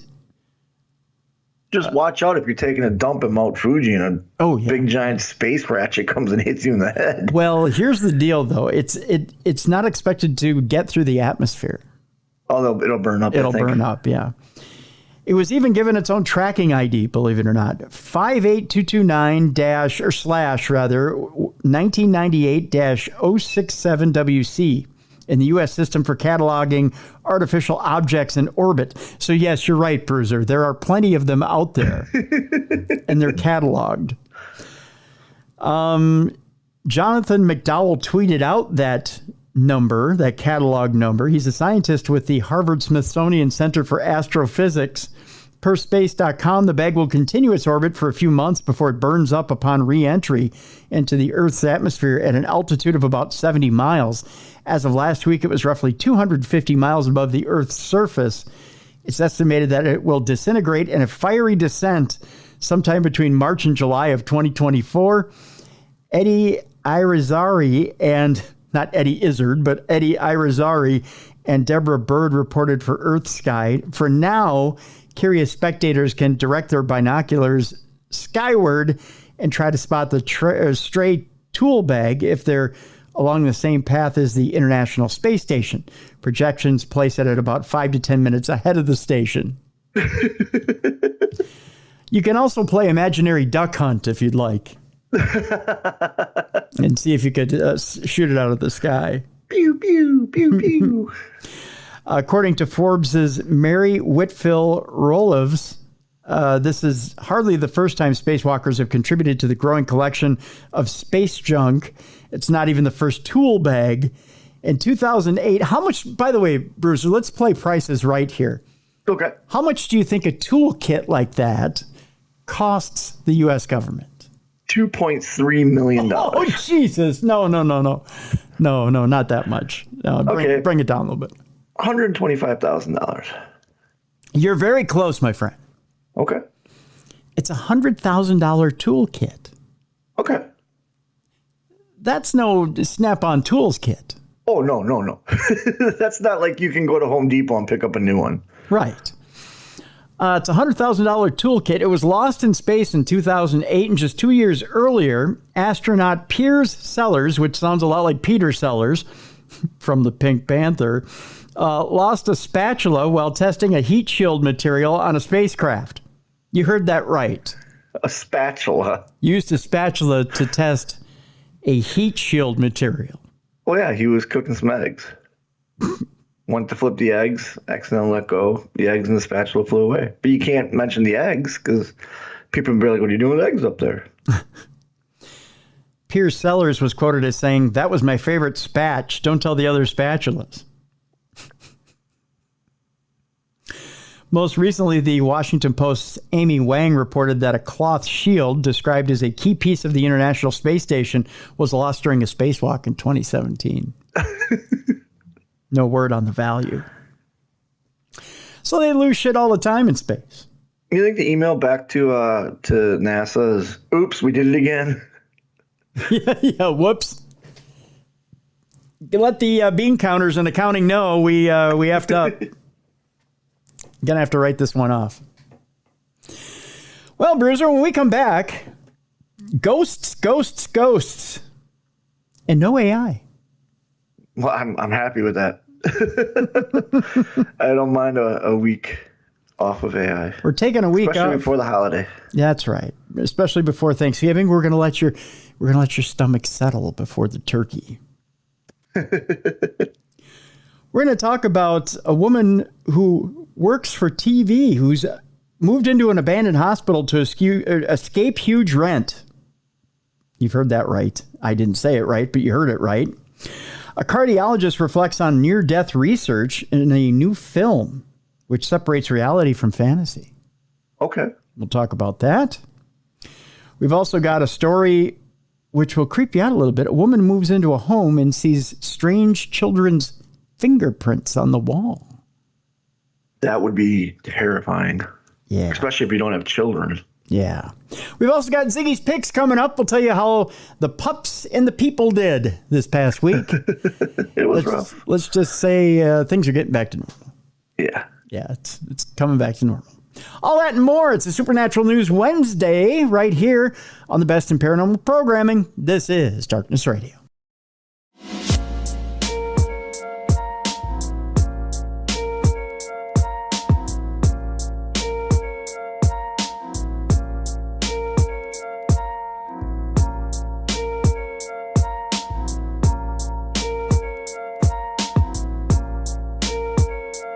Welcome back to a Supernatural News Wednesday and Parashare here on the Best in Paranormal Programming. It's a cruiser and a bruiser right here on a Wednesday, right before Thanksgiving, before we put the turkey on the table. You got your stuffing, you got your mashed potatoes, you got your pecan pie, and of course, you know I left out the pumpkin because pumpkin tastes like ass. No, it doesn't. I'm a huge pumpkin pie eater. No. Oh. Love it. We'll have to agree to disagree there. Oh, love it. But I only can eat it at Thanksgiving. Well, that's because it tastes like ass, my friend. That if it tasted good, we'd eat it year round. I mean, I can have it year round. I just choose to just keep it around the holidays. Nice warm pumpkin pie with a bunch of whipped cream on it. Whew, Daddy. Again, you put a bunch of whipped cream on it because it tastes like ass. No, it tastes amazing. Name me any other pie you have to put stuff on because you can't, even though you think it tastes good. Banana cream. I can eat banana cream without whipped cream. Lemon meringue. I could eat key lime. I could eat them all without the stuff on top. Peanut butter. Again, without the stuff on top. I could eat French silk without the whipped cream. Okay. I could eat pumpkin pie without whipped cream too. I just prefer the whipped cream, especially if it's warm. That whipped cream starts to melt. Ooh. I just can't. It's amazing. When I grew into an adult, I said, what is the point? When I grew into an adult, I went and bought a pie for myself and ate it. Because no one can stop me. I think that's the pie now at the holidays that gets the least eaten at our place. Oh, really? Yeah. Now we get blueberry, we get apple, we get a French silk, and we get a pumpkin. I think the pumpkin gets the least touched. Send it my way. I'll eat it. I think we might. We might just bag it up and send it your way. I'm not a pumpkin spice guy, but I love pumpkin pie. That's the only thing I hate about fall. Everybody forgets about apple cinnamon. Apple cinnamon's wonderful. Yeah, or like a really good apple cider in the fall. Yeah, yeah. This is if you can get Honeycrisp apple cider. Yes. To die for. Yep.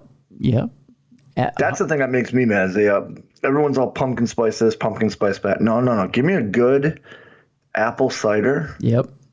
It can have booze in it. It can be no booze in it, and it's hits the spot. Yeah, you put a little rum in that apple cider. Oh my God, that's something special. Some apple pie moonshine. Apple pie moonshine.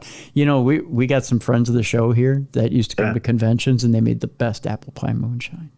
We used to do a convention to sell wrestling shows, and there was a group. There was tractor racers, lawnmower tractor racers, and they would bring the best apple pie.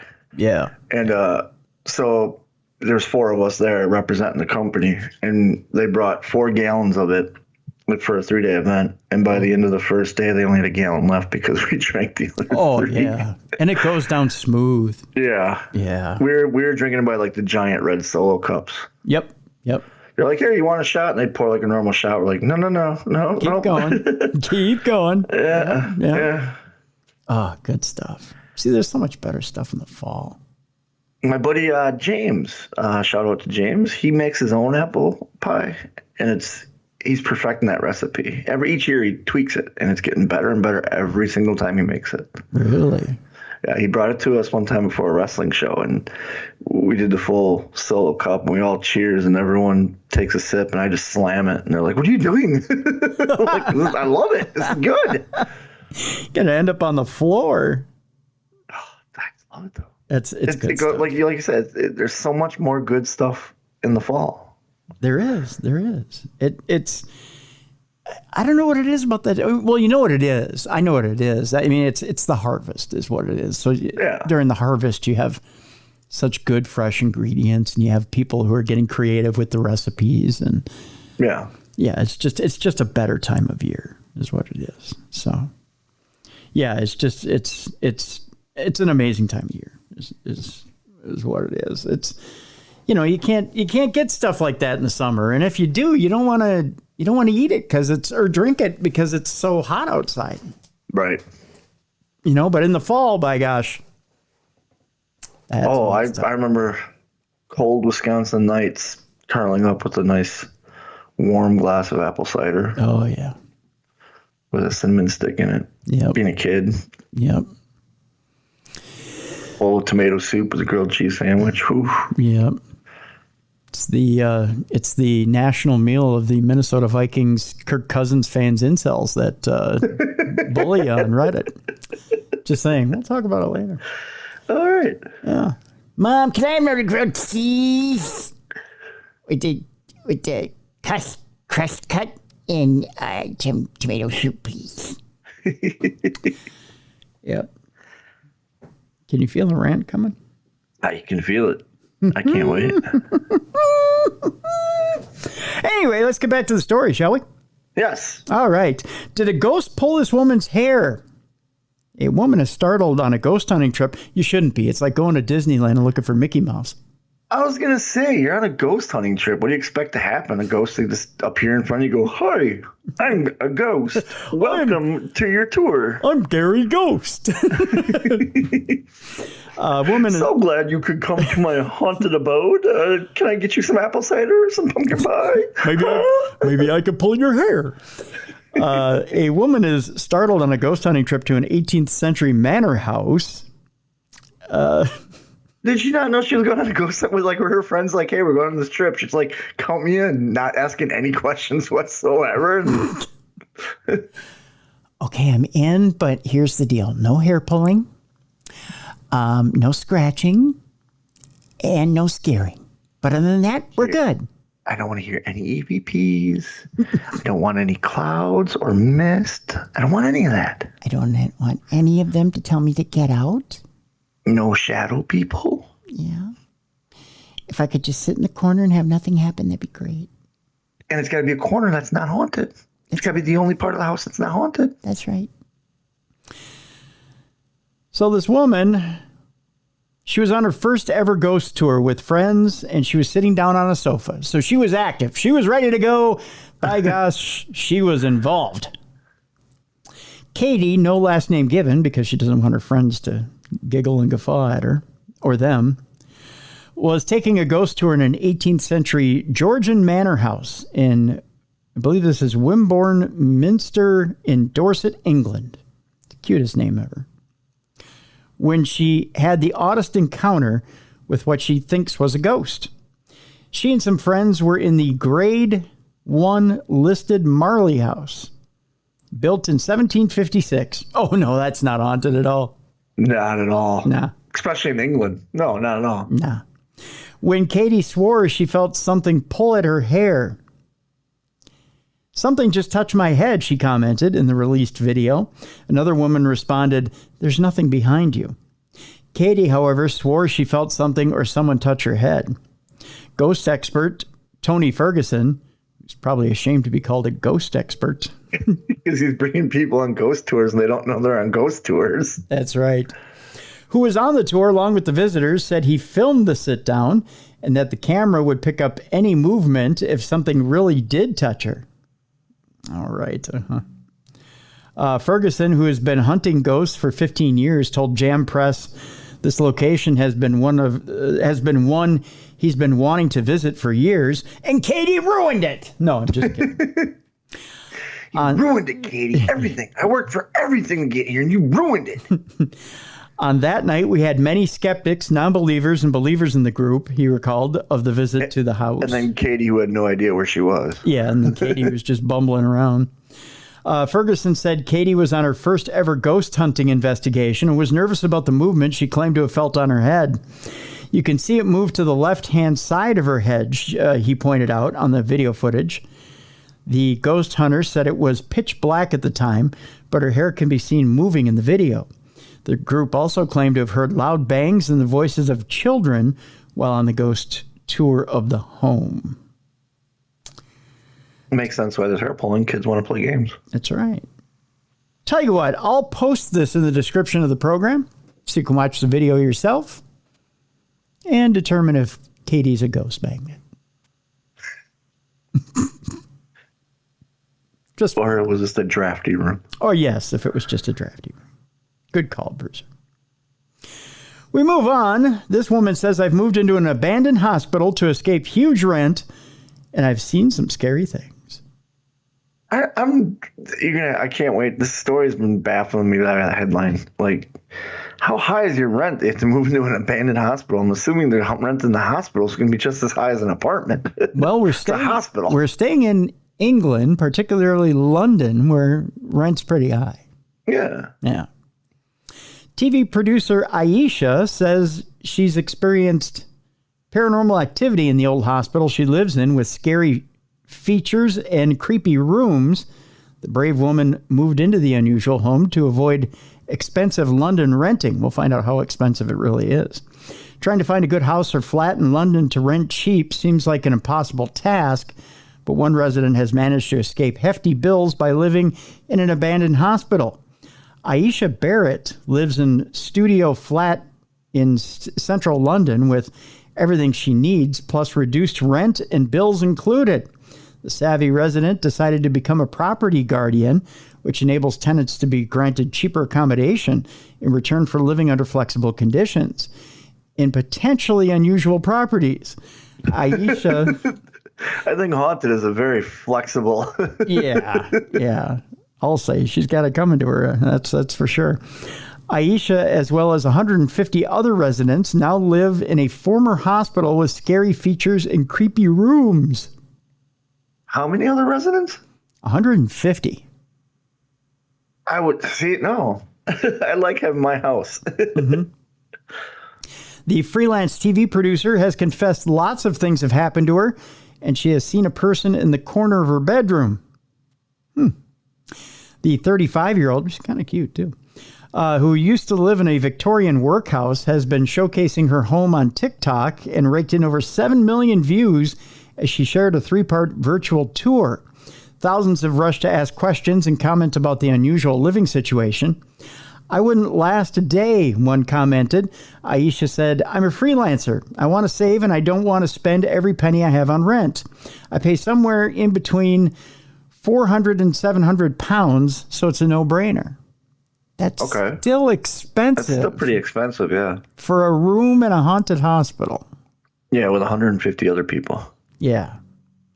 She continued, people say I must be super brave to live in an abandoned hospital. I'm resilient and brave. I guess I'm brave. After being asked if she feels safe, Aisha said, are we really safe anywhere? As far as the building is concerned, I do feel very safe. And we have lots of CCTV and security measures in place. The people, however, there are some bad eggs in property guardianship. Exactly. Yeah. There's 150 people there. They're not all good people. That's right. Aisha got access to unused areas of the hospital after being given permission to access, where she found old medical equipment, incinerators, which destroy chemical waste. She also, that doesn't sound safe.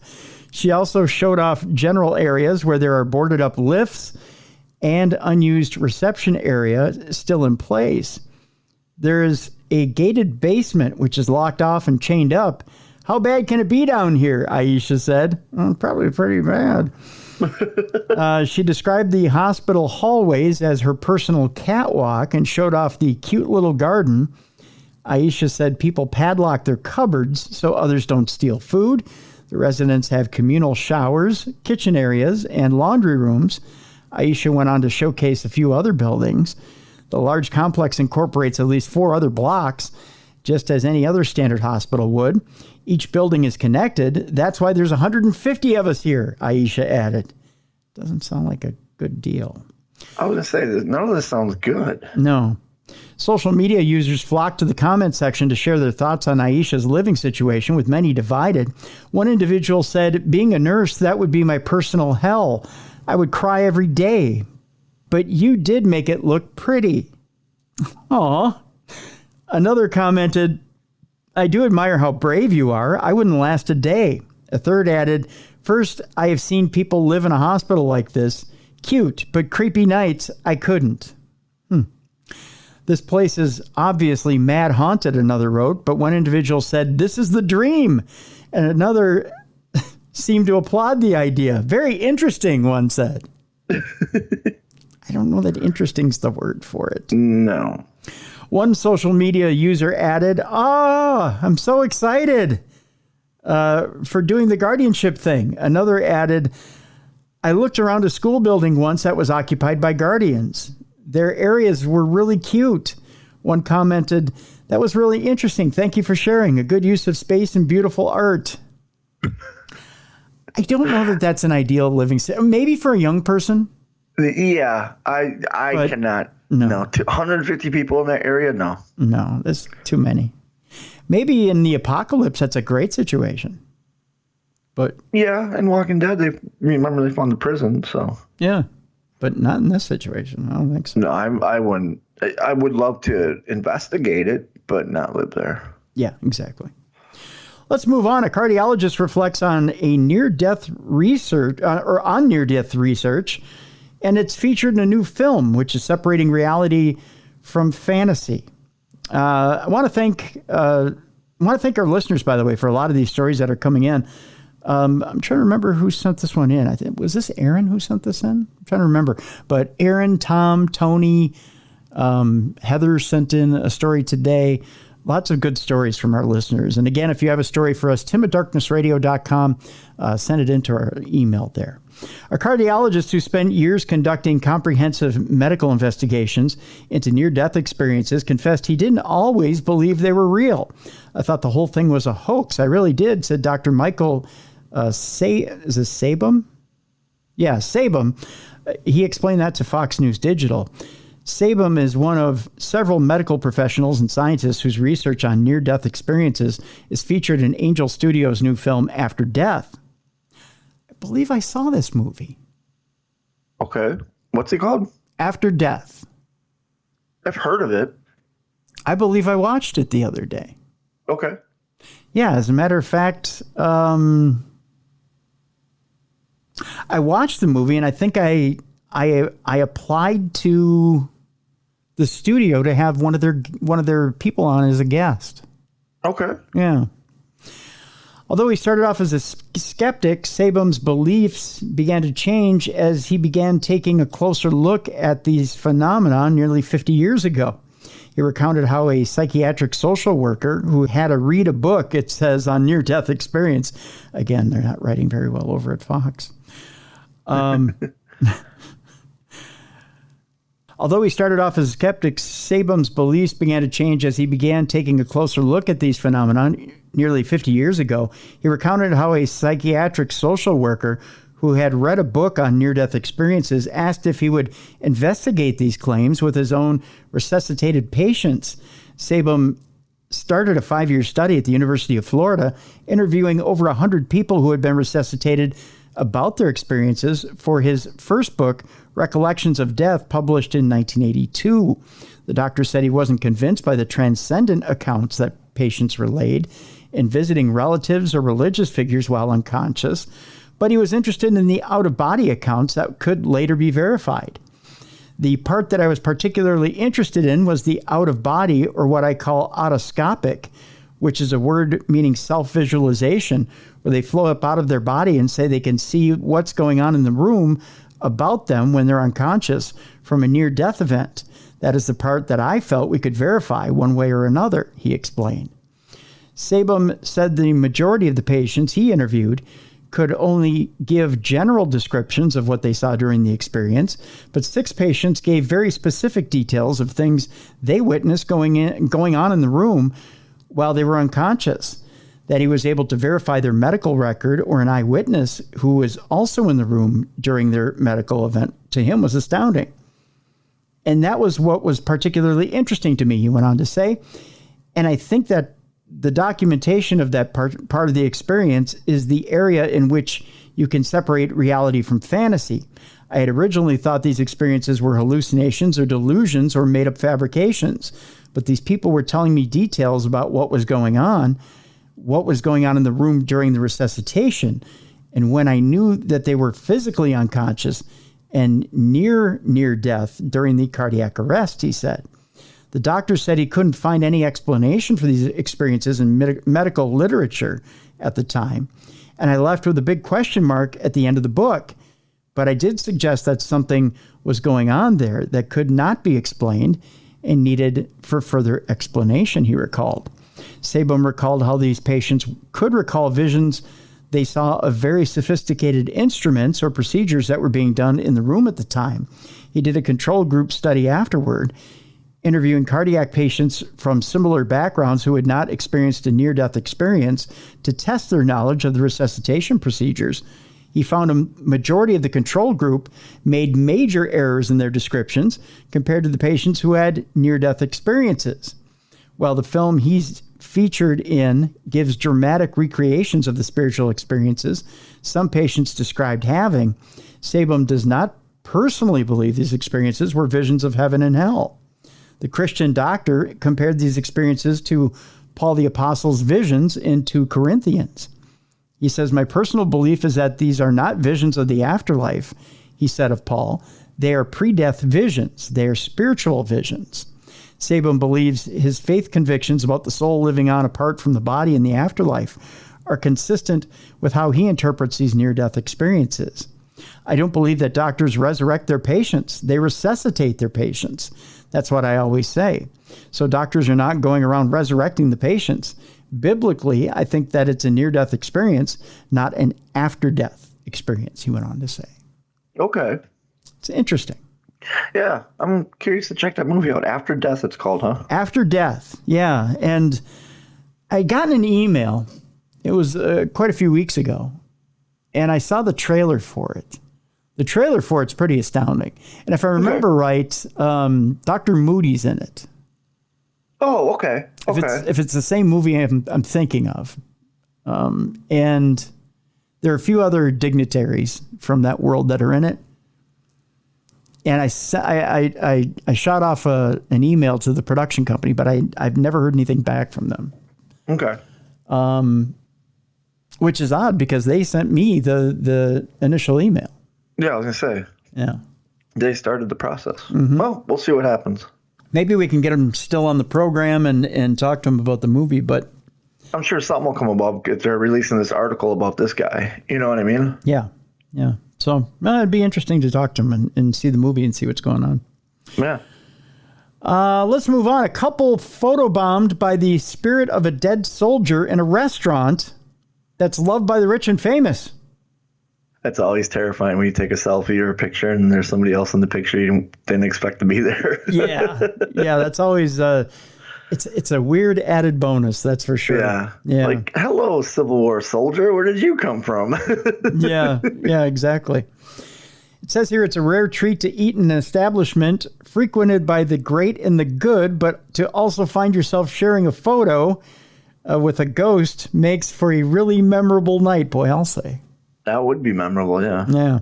A couple reckon they may have taken the best ghost picture ever after an apparition of a dead soldier photobombed them in a famous London restaurant. I believe it's known as Red Lobster. No, I'm kidding. Cheddar biscuits, hell yeah. Oh, hell yeah. Cheddar Bay biscuits are the bizzest. We're trying some Cheddar Bay biscuit stuffing this Thanksgiving. So. Oh, are you? Yeah. Oh, my gosh. First, I'll have to let you know after Thursday. Is the missus making it? Oh, yeah. She found the recipe, and we both are big fans of the Cheddar Bay biscuits. So. Can you have her send me the recipe? I will. Mm-hmm. I'll have to forward it over to intern Yoko. Oh, Cheddar Bay biscuit stuffing. Yeah. Oh, so hopefully it should be good. On paper, it sounds good. Oh, on paper, it sounds like the steal of the century there. Yeah. Oh my God. I think while she's making it, there's going to be a soldier in the background. I think so, yeah. Yeah, he'll be back there rubbing his hands together like, okay, when do we eat? And it turns out I'm the soldier with a sheet over my head going, no. Feed me Cheddar Bay biscuit stuffing. It's probably like the Gorton's fisherman, the ghost of the Gorton's fisherman is back there. I say feed me already, Bruiser. You can't hold back on the Cheddar Bay biscuit stuffing. I don't know why he speaks like a pirate, but he does. I don't know. Anyway, we get back to the story. So Ross Cheeseman, who loves Cheddar Bay biscuits, I bet. He does. I'm just saying. Now I'm getting back to it. Says he was out for dinner with his partner, Georgia Renshaw Smith, and her family, celebrating a birthday in the much-renowned, I believe this is Quaglino's. Okay. Sounds fancy.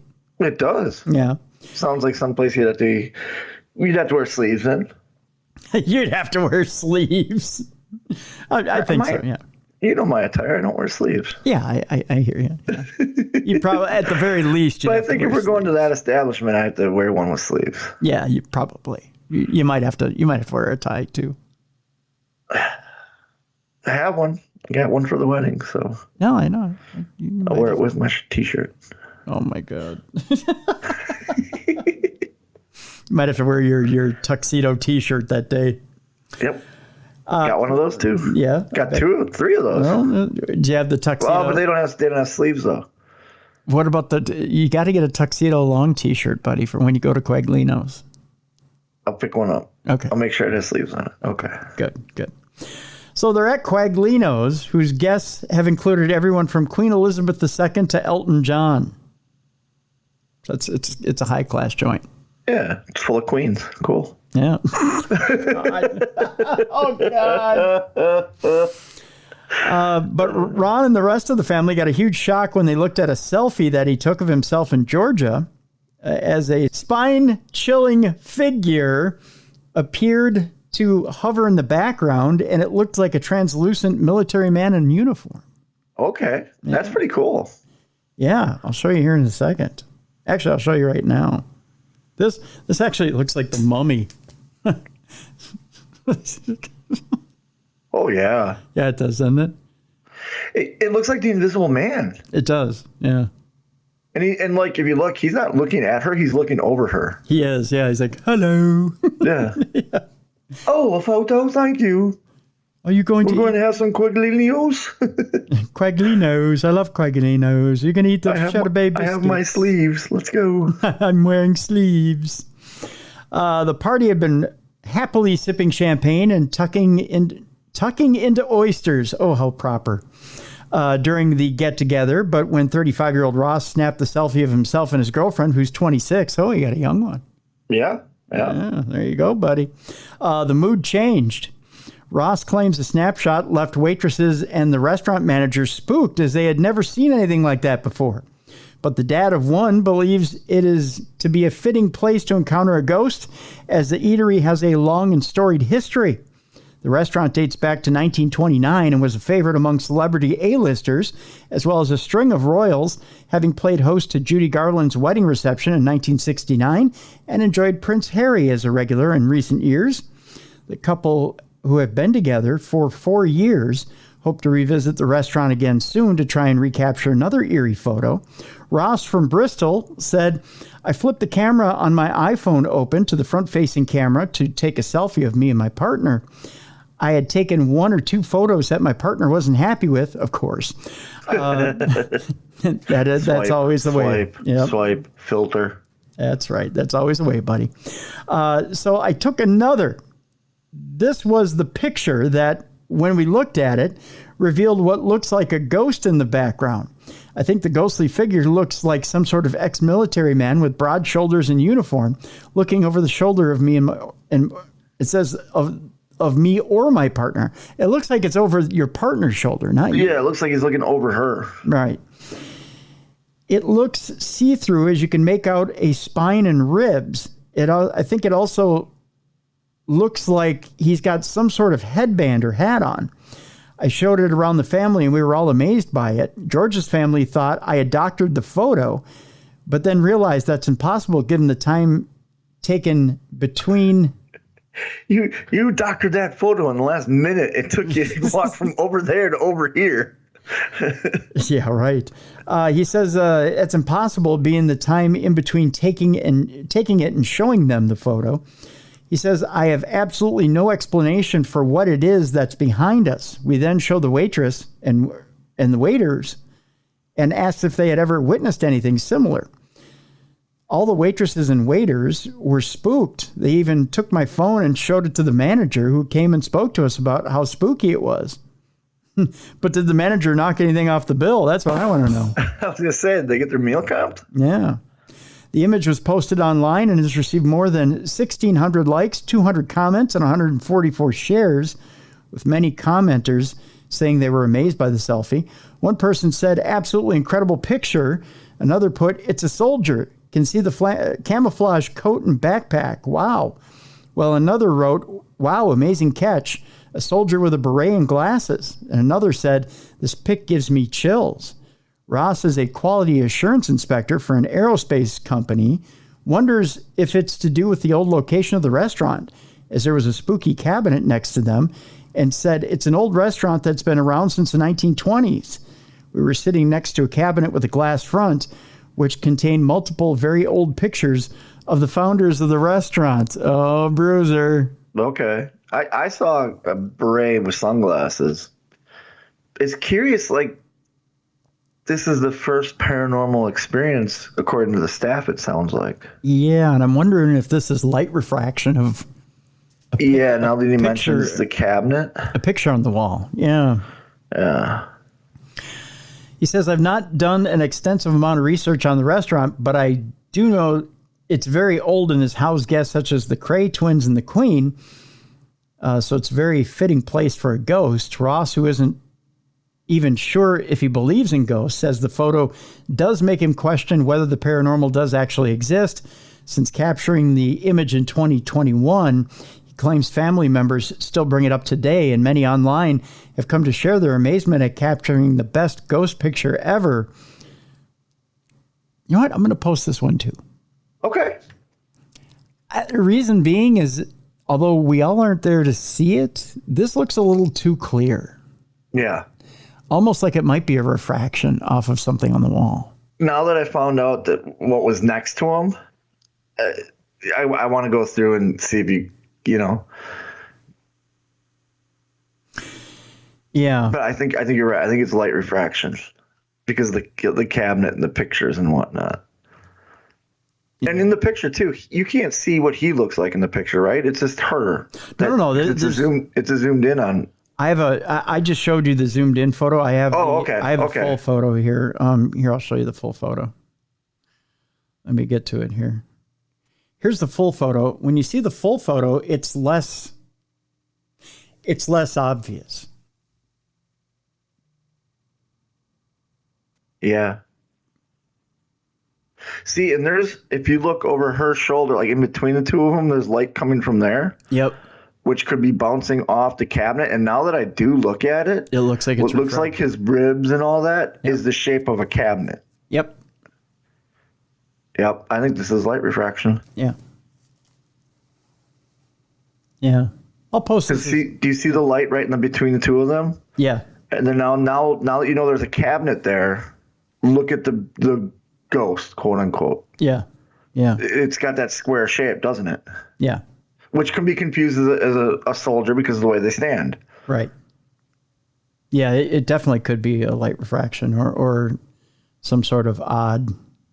I'm just skeptical because when they brought it up to staff, no one brought up any other paranormal activity whatsoever. Right. And that would probably be the first. Like, you've been to enough places that have had haunted where the wait staff be like, oh yeah, glasses move at night. Oh yeah, that stool over there, that's Bill's stool, it moves. You know what I mean? Oh yeah, this has happened. You know what I mean? Yep. In this one, they showed them. They're all like, oh whoa, hey. Yeah. Well, yeah. What's this? Yeah. And with it being as old of a restaurant as it is, you'd think in some time, it's not like the spirits all of a sudden one day just went, hey, here's a lovely couple. Let's start haunting this place. Yeah, right. Although someone may say, well, what if that's a member of the family that followed them to the restaurant? Well, I don't know that I buy that. Why would he, who's he attaching himself to? Because if he's attaching himself to a family member, that family member is going to have more experiences. So They would probably bring it up like, oh, that's your Uncle George. He was a commander in her Royal Air Force or whatever. Yeah. I don't know. That's a skeptic in me. You know, it's a great photo. It's definitely a conversation piece. Yeah. Yeah, that's for sure. That's for sure. But I think we could debunk it. I think we could recreate it if we were there. Yeah. Very true. Very true. A couple more stories, and then we got Ziggy's picks here. A woman discovers a creepy hidden room in her house with children's handprints on the wall. That's terrifying. Yeah. Just finding a room in your house you didn't know about is terrifying in itself. Now you add the kid element. Ooh. Yeah. Chills. A woman shared the secret and creepy hidden room she came across in her home that was covered in children's hand and footprints, with many telling her she should call the police. I would. Moving into a new home is always exciting. However, you often come across a few surprises while getting used to your humble new abode, as one woman recently did when she discovered a secret room in her house. Stumbling across the door in her basement bathroom, she opened it to find a creepy hidden room inside that was covered in children's handprints and footprints, with 3 names painted on the wall and the words Love Shack written in paint. Oh, the B-52s were there. It's unclear how long she had lived in the house, but she was stunned to come across the room that she had never known existed. Taking to TikTok, of course, the bastion of knowledge on the internet. Oh, yeah. Everybody, all the experts go to TikTok. Of course. To share her findings, the woman who goes by the online name @BigBra1. I wonder if she's busty. Well, no, it's bra with an H. So it's like, you know. Oh, okay. Big, so she's like one of those, like, hey, bra, what's up, bra? Yeah. She's a surfer girl. Yeah, not big bro or big, you know, it's big bra. Not like big tits, but big bra. You know what I mean? Well, big bra, you either found a place where some teenagers had some fun or a pedophile decided to keep some kids. Yikes. So she goes by the online name @BigBra1 with an H and asked others what she should do, with many branding it as creepy. She also revealed the room could be locked from the inside and showed you how to stand on the toilet to get into the cupboard to get into the room. Oh. Yeah, there's a creep factor there. Yeah. Finding the quote-unquote love shack and the three names Rebecca, Kelly, and Sarah painted on the walls, she wrote alongside her video, "What do I do?" And many people chimed in with their thoughts as people were baffled whether it was something worth calling the police about or whether it was just an innocent kid's den. One user wrote, "Absolutely weirdest vibes. Love shack? The feet?" While another added, "It was either a fun little hideout or the creepiest thing ever," with a third who asked, "Love shack makes me feel uncomfortable. What happened in there?" Yeah, call the police. Yeah. Get a police out there to look at it. Many were in agreement that she should call the police and get it checked out. As one TikTok user wrote, "Tell the police, like, just in case it was linked to something." And another urged, "You should definitely tell authorities. Better to have someone look into it than turn a blind eye to something that might get actually attention." I'd call the police and I'd call my realtor. Yeah, in case you need to you need to hand it back to the seller and get your money back. Or like, hey, is something happened in this house that you're not telling me? I found this room. Did you know about it? Right. Disclosure. That's a thing. Exactly. Yep. Yeah. Whereas others thought it was nothing to worry about, the tween girls who use that space as a hangout for sleepovers and doodling probably had no idea a bunch of adults on TikTok would be debating the size of their hands and feet. Why one of them liked the song "Love Shack" by the B-52s, or why the paint doesn't go all the way down the wall. One person laughed. So someone's taking a practical approach. Yeah. I'm just saying, relax, everybody.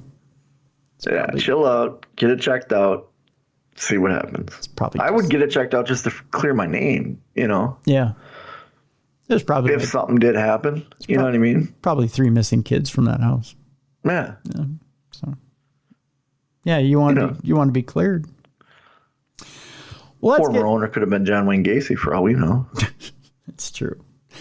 Well, let's get off the ghost stuff because we know the kids did. Oh, I'm kidding. No, come on. They weren't serial killers.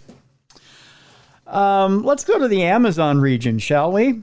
And talk about a creepy creature that I think is eating faces. No, I don't know. There's a mystery of a village in a remote Amazon region that's being terrorized by 7-foot face-peeling creatures. 7-foot face peeling? Those are not creatures I want to meet. No. They're not part of the tourism board, that's for sure. The mystery incidents are said to be happening in San Antonio de Pintuyacu in the Amazon rainforest region of Loreto, Peru. And officials have been left baffled. Villagers in the remote part of Peru are said to be petrified of 7-foot yellow-eyed beasts terrorizing and trying to abduct locals. So by all means, be a tourist because they're not after you. Yeah, they're after the locals. Yeah. They'll literally walk up before they rip your face off and go, you from around here? No, I'm from North Carolina. Cool, see ya. Have a great day. Pasporte? And then you just hand it over and then, they leave you alone. The mystery incidents are said to be happening in San Antonio de Pintuyacu in the Amazon rainforest region of Loreto, Peru. Rumors began swirling a month ago that villagers were frightened, which inspired them to start patrolling the area every night. Dozens of sightings are said to have been reported of the creatures, and 5 acres of trees have been burned down to give locals a view of the area. Oh, ecologically sound. I was just say, hey, there's a 7-foot face peeler. What do? Burn it down. Burn it all down. Burn it with fire. Those responsible are said to be up to 7 feet tall and wearing black body armor. Okay, what kind of creature needs to wear black body armor? Armadillo. I mean, like, is it man-made body armor? Is it creature-made? You know, is it like a Planet of the Apes looking thing? Yeah, like, probably a Planet or of the is their Apes skin? Thing. Yeah. Like an armadillo? Yeah, like an armadillo. They are also said to be wearing oval-shaped helmets and have yellow eyes. This just sounds weird. This does. This sounds like a Planet of the Apes marathon. Yep. Documenting the strange occurrences, explorer Timothy Alberino took to social media site X. We call it Twitter in these parts. He claims to have spoken to a 15-year-old girl who said she was caught by the mysterious creatures, who put a syringe into her nose and put numbing cream on her face. Sounds like a party. This doesn't sound like creatures. This sounds like humans having a good time killing people. Yeah. They then proceeded to make 2 deep incisions into her neck with a scalpel before managing to pull on of their helmets off. That's a weird sentence. And escaping into the jungle. So they didn't rip her face off? Not yet. After this trip, Timothy, who has lived in Peru for nearly 20 years, said, "We've completed the expedition to San Antonio de Pintuyacu." It's fun to say. San Antonio de Pintuyacu. We were in the village for 3 days and conducted a thorough investigation. We delivered supplies and strategic technology. This here's a flamethrower. Hit him with it. Light them up, boys. Let me be clear. I did not capture... Ooh, there's a Spanish word for it. Pelacares, or face peelers on camera. Okay. Pelacares. Pelacares.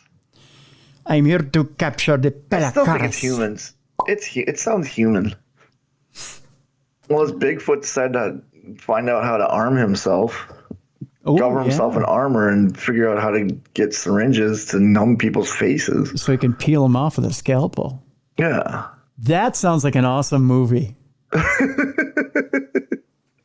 The Sasquatch Face Peelers by Quentin Tarantino. He said, my mission was to supply the village with strategic technology, including night vision goggles with recording capabilities. We need face peelers in this neighborhood. I need some night vision goggles. I want some night vision goggles. Right. And investigate the phenomena. The results of the investigation will be discussed in the forthcoming debrief. They get a debrief, too. Oh, yeah. Briefed and debriefed. If you get briefed, you got to get debriefed. That's nice. Although I just switched to boxers. Well, that'll happen. Well, it's because you're wearing that damn T-shirt tuxedo. Although I cannot say for certain who I can't confirm unequivocally that the phenomena is real and ongoing. My hypothesis is that they are nefarious humans with reverse engineered alien tech. Oh, this guy's gone way out there. Yeah, and possibly working with a non-human faction. Wow, this guy went for it. So basically he's saying there's aliens that visit our planet that want our faces. No, they're nefarious humans. Well, yeah, but they're working for the alien group that want our faces. Or they just got a hold of alien tech and they're working with a non-human faction. Yeah, non-human would be the aliens. You're assuming alien. But what if they're like slee stacks? You're right. You're right. Lizard people. Yeah. Maybe they live under the earth. Maybe the lizard people are having them do that so that the lizard people can cover their faces and walk amongst us. See? Yeah. Now you're thinking, Bruiser. It's the Illuminati all over again. Yeah, man. Yeah, man. I got my tinfoil hat on today, son. I'm just saying. Where did I leave off on this deal? Let's see. We were talking about face peelers, non-human factions. Oh, I did not experience the face peeler phenomenon myself, he went on to say, but I did equip the men of the village with night vision goggles that have recording capabilities. If they film something with the tech, they will send it to me immediately. Well, if they're not dead. I was going to say, what if their face is taken off? I'm sure they're going to take the night vision goggles. Unless they peel around the night vision goggles and take the face. Where's Guillermo? I don't know. Oh, there he is. What happened to every single piece of his skin, minus just his eyes? He looks like... He's wearing a flesh mask. He looks like the coolest dude on They Live ever. Yeah. Yeah. Speaking to The Sun about his investigation, he added, everyone is on edge. The men are in a state of heightened vigilance, but Timothy does not believe the sinister attacks are the result of aliens and local authorities. See, I told you, slee sacks. Yeah, you're right. You're right. Mm-hmm. I'm going with lizard people. Okay. And local authorities have also dismissed the villagers' accounts, instead claiming it is likely to be human in origin. Those party poopers. But you should still do something, local authorities. They're ripping people's faces off. Right. Okay, you don't believe it's a cryptid, but you still should believe that it's someone's face is being ripped off their body. Yeah. Do your job, police. That's right. Goes all the way back to Minnesota or to York or whatever, where they won't look into the woman being abducted. That's right. It's still an abduction. You can even bring it back to Beltrami County where, hey, they won't look into that fireball from the sky or whatever it was. It's still a fireball in the sky. That's right. He added, worst case scenario, this is an international organization of organ harvesters or sex traffickers who are in possession of top secret hardware, and they are using it to do something very sinister. I honestly believe that that's what we're dealing with here. Police were reportedly called to investigate and are said to have the theory that the assailants were trying to drive off the locals to claim the land. They may have been using drones and other theatrics to scare them away from their village. Man. Again, faces are being ripped off. Investigate. That's true. You got to love it in Peru this time of year. Oh, yeah. Yeah. I'm definitely not going right now. Bunch of face-peeling nerds. Helping them lizard people. That's right. That's right. Speaking of face-peeling nerds. No, I don't know. I don't know what I'm talking about there. Ziggy's Picks. Yes. Yes, it's that time of the week. I know I said I was going to come up with a theme so people knew what this thing was. I was going to come up with a package for this deal. I haven't done it yet, but folks, here's the deal. Let me do the setup for you. There's such a thing as psychic animals on this planet. We break them out every once in a while to call things like the like the Olympics or the World Cup. You see a psychic octopus in a corner, pick the entire tournament, and they laud the psychic abilities of psychic animals. Well, we're taking it one step further. We're picking each and every week of the NFL season with Bruiser's two psychic pups. Yep. Talia and Ziggy. That's right. So this week, we brought out the psychic pups versus your two morons that are on the air here. Oh, man, I failed miserably. This is a time where logic backfired on us. You know, actually, you didn't do too bad. I did worse than you did. I know, but I'm just still mad at a couple games. I'm mad at the Kansas City game. I'm mad at the Vikings game. You know what? Don't be mad at the Kansas City game. Both you and I had logic on our side. Yes. Philly hadn't beaten Kansas City in like the last 4 or 5 meetings. Yeah, they said the last 3. Okay. This was their 4th meeting. Yeah, they said the last 3. So there's precedent on our side. Yeah, like I said, we went with research and knowledge. The pups went with psychic abilities, and the pups did way better than us. Actually, no, on that one, Ziggy picked the Chiefs. Yeah, well, both of them did. Yeah. So the psychic vibe was in the air. Yeah. You know what wasn't in the air? The goddamn hands of the Chiefs receivers. Oh, when Juju Schuster dropped that one at the last. Oh, that would have won the game. They could have won the game in a couple of different situations. Did you see he went four times Mahomes targeted him, and all 4 times he dropped the ball? Yep. You have one job. You have one job. And you get paid well for that job. Exactly. Catch the damn ball. Yes. But I'm telling you, and Marquez Valdez Scantling, there's a reason he's not in Green Bay anymore. I'm just telling you. That's what it was. Valdez-Scantling that dropped. Yeah, it was Scantling that dropped in at the end of the game. It's right in his hands. He doesn't look it in at all. No, and what he does, instead of pulling it into his chest, he puts it up to his shoulder for some reason. Yeah. So when he lands on the ground, well, of course, there's nowhere for it to go but out of your hands. Right, it's going to pop out. And God bless Patrick Mahomes, because he won't throw his teammates under the bus. No, he took full blame. And he even says... But if you watch that game, he made plays where plays weren't supposed to be made. Yep, and he put it right on the numbers every single time. And in the press conference says, well, I could have made better throws. No, Patrick, you couldn't. Yeah. You put it right on the nuts every single time. Yeah, you need receivers to catch ball. Even Kelsey dropped 3 of them. Yeah. He needs a Tyreek Hill again. He does. Unfortunately, you're at the time of year where you can't go get one. There's not one out there. Nope. You have to just get on the guys that you have.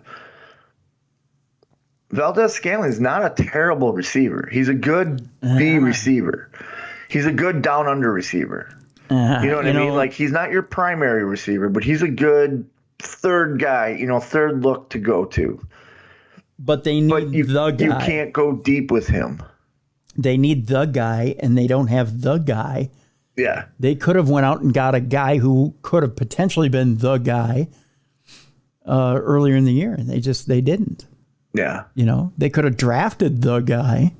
Yep. But they're horrible at drafting receivers. Another game pissed me off was that Giants game. Where the hell did these guys decide to start playing? Right? What the hell? DeVito, a guy who lives in his mom's basement. I was going to say, is that Danny DeVito's kid? Who the hell is he? I don't know, but he lives in his mom's basement. Yeah, but evidently he wants to play.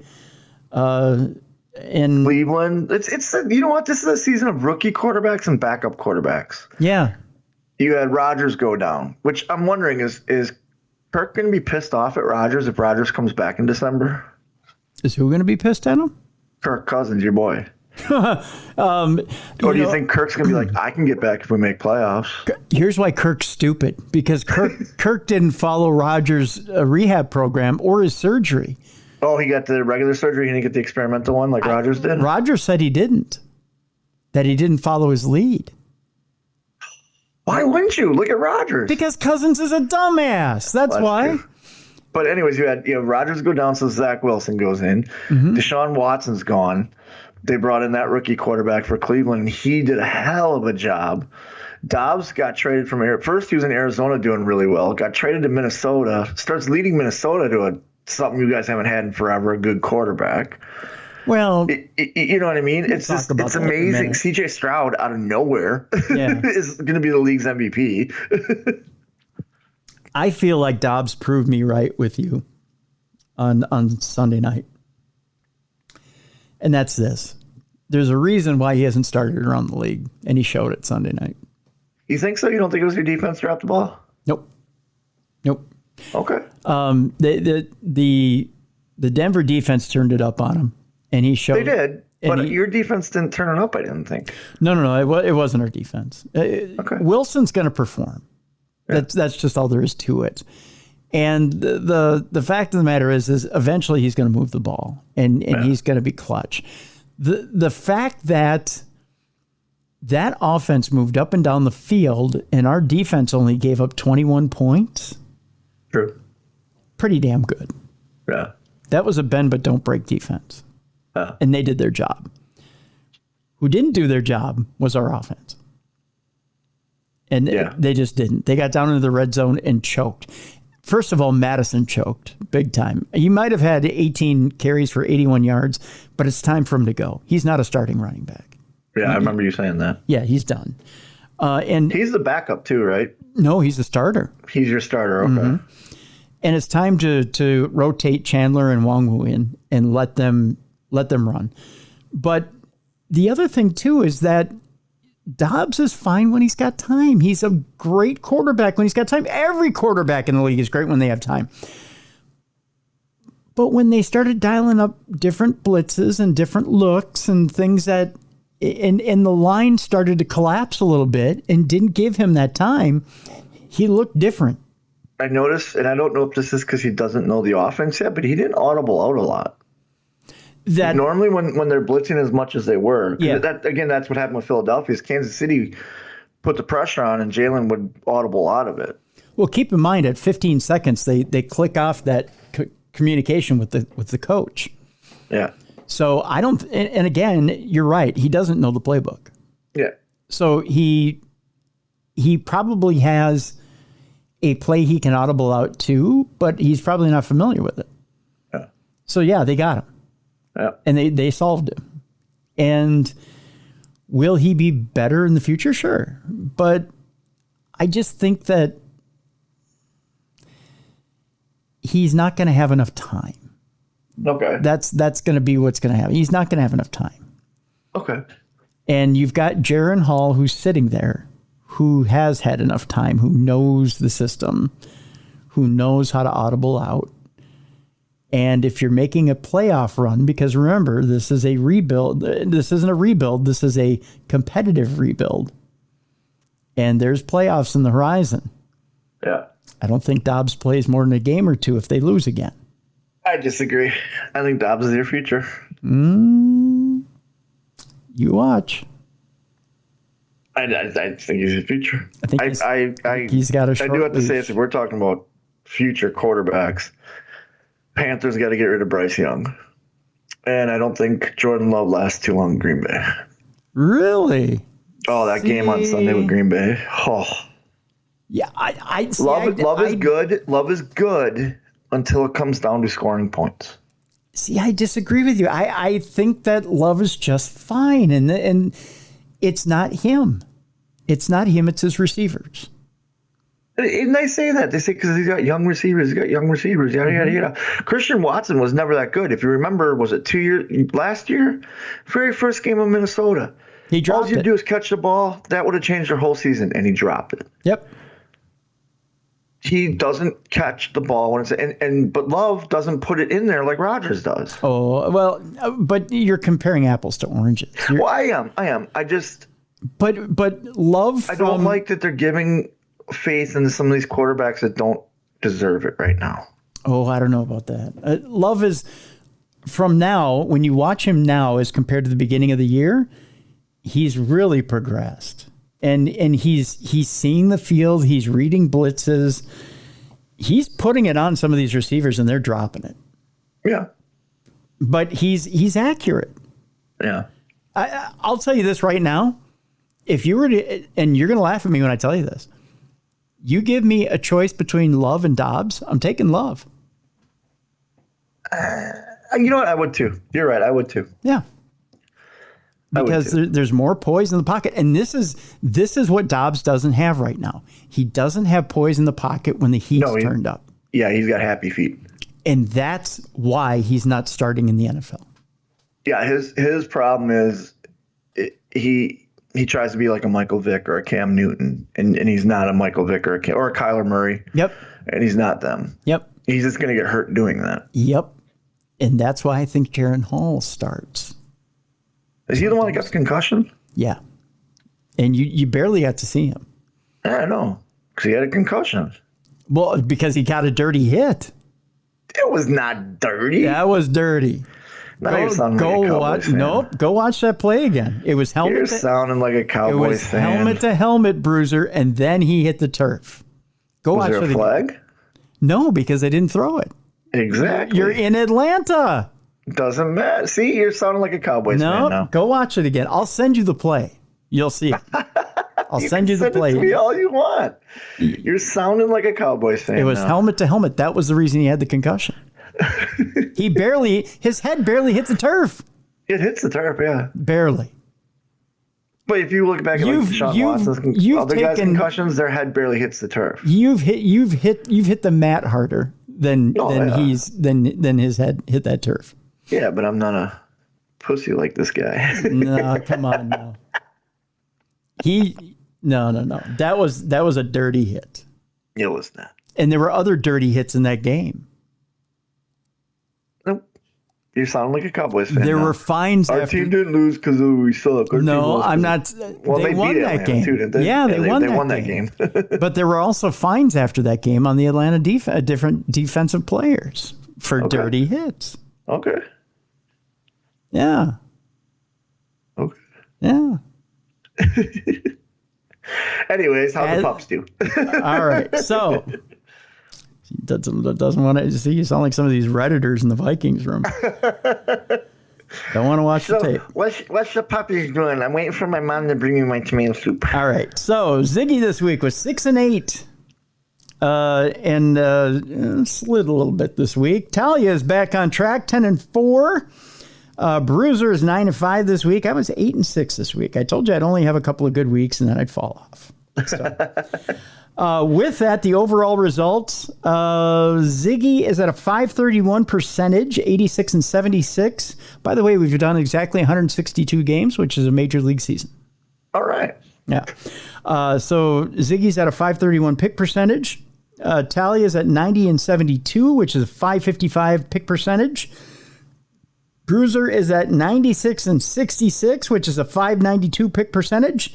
And yours truly is 97-65, which is a 599 pick percentage. There's one game that separates Bruiser and I, and there is 4 games that separates the pups. Okay. So that's where we're at right now for the season going into next week. Now, next week, early week, you've got Thanksgiving games, you got a Black Friday game, and you've got Sunday games. So, in fact, we're probably doing the picks tonight. Yeah. As we tape this, we're taping this on As we tape it, we tape it on Tuesday. So we'll probably either do it tonight or real early tomorrow morning. Yeah. So lots of football this weekend.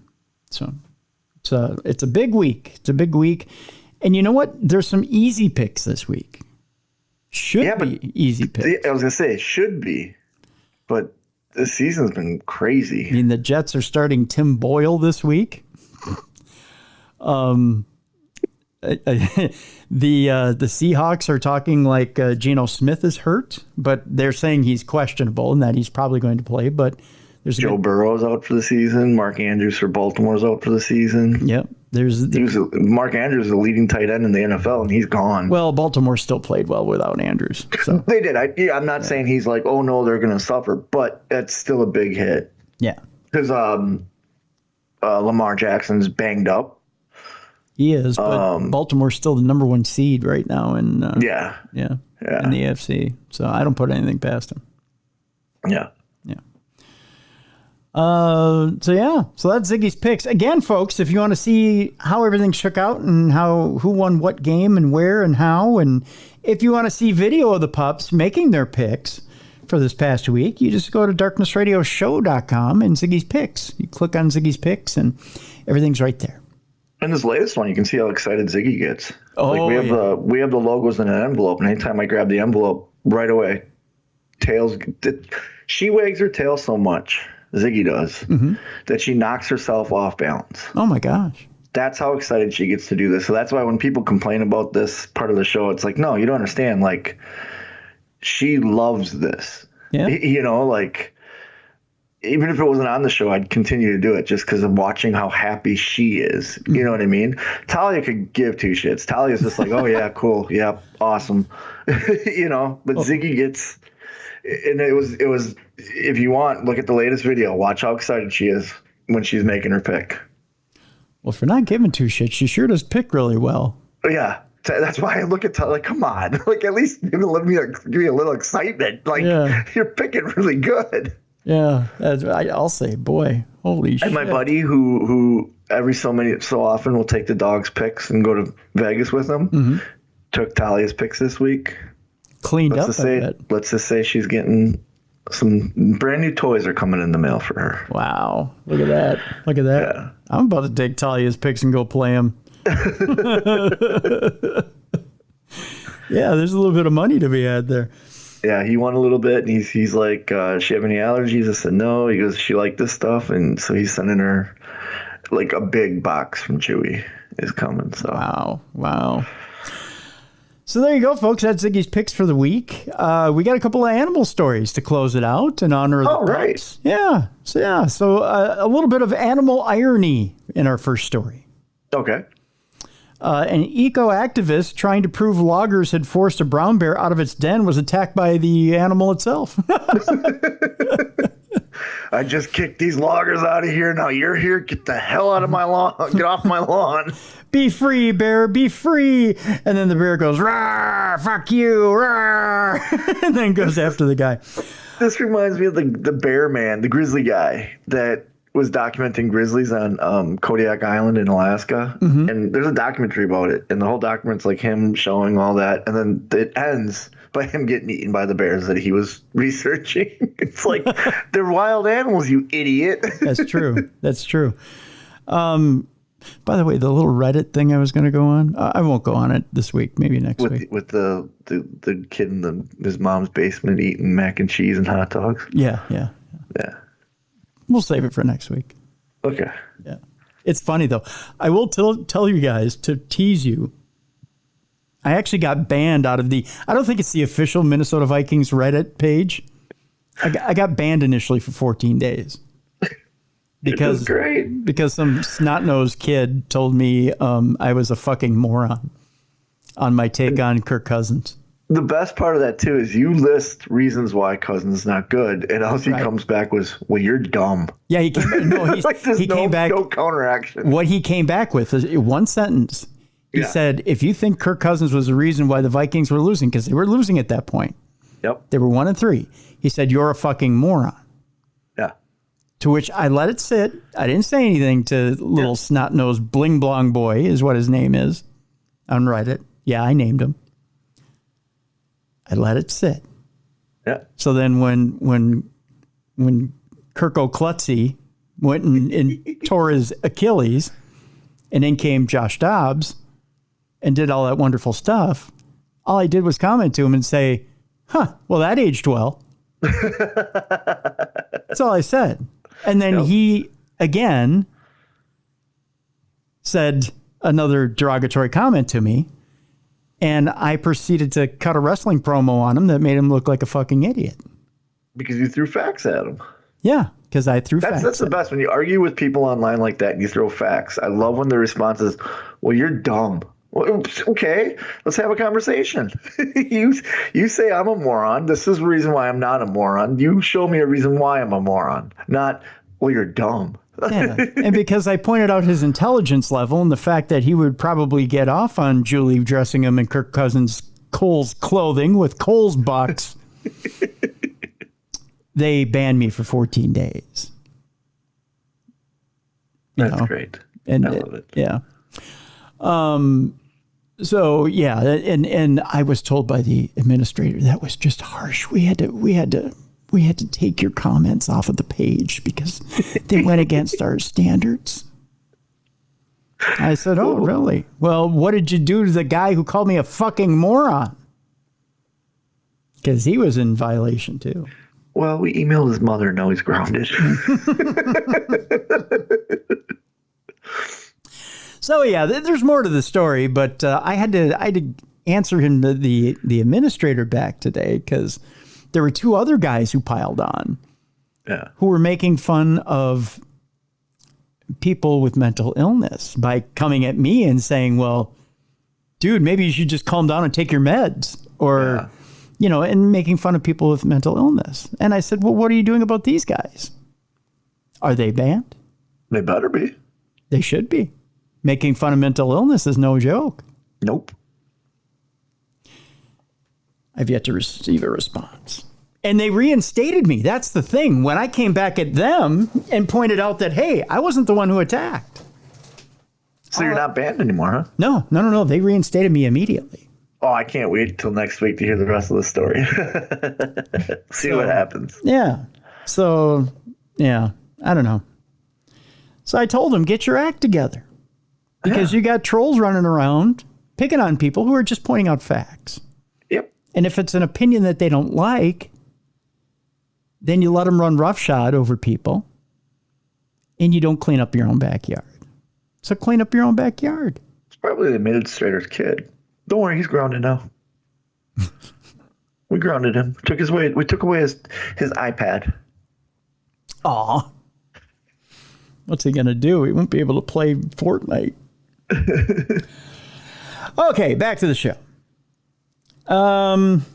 Which, by the way, don't ever piss me off. I'll cut a promo on you that'll slice you wide open and pour alcohol in your paper cuts. Yep. I learned from the best. Anywho, and that's right. You'll cry in your tomato soup and mommy won't cut the crust off your grilled cheese. And by the way, we don't allow that shit in the Darkness Radio chat room either. No. Somebody calls somebody a fucking moron, they're out.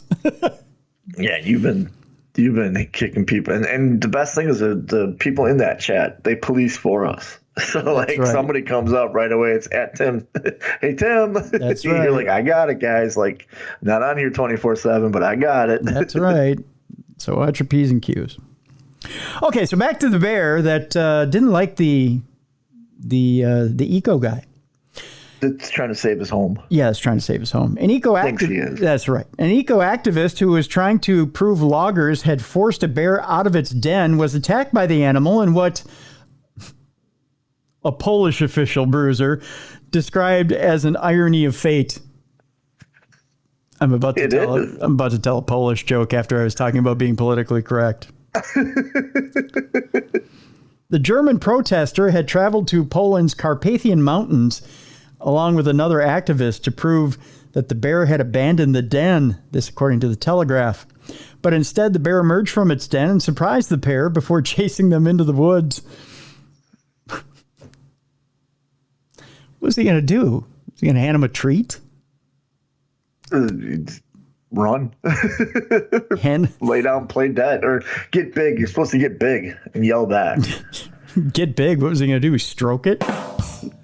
He should have stood up when I'm saving your home. You can't do it, so I'm saving. Why are you eating me? Stop eating me. I'm saving my home. hand him a treat, pull back a stump. One of the activists stumbled and fell, and the animal mauled him. The Telegraph said he was airlifted to a hospital in serious condition. A spokesperson for the Polish state forests. That sounds like a joke in itself. Yeah, it does. Mikhail Gzowi, I believe it is. No, Gzoski is what it is.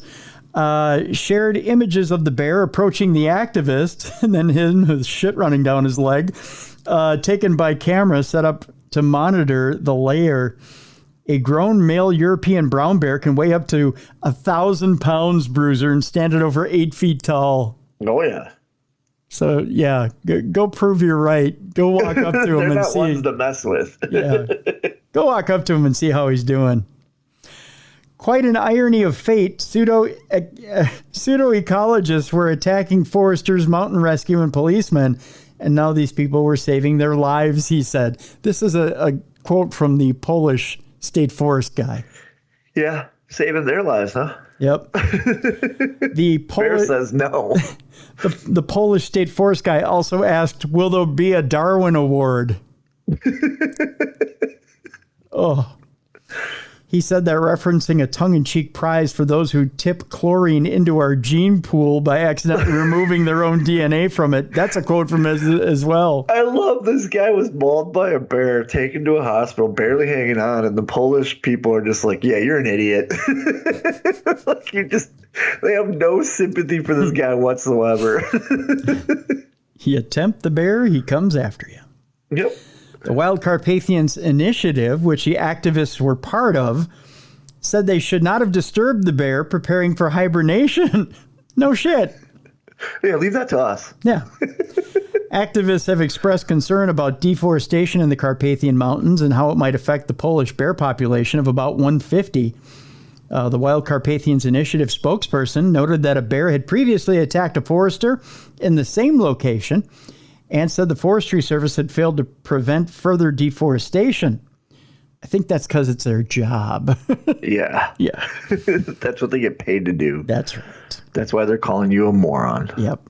Earlier this year, the independent campaigning organization Greenpeace said it had monitored 40 trucks loaded with timber leaving the region each day on just one road.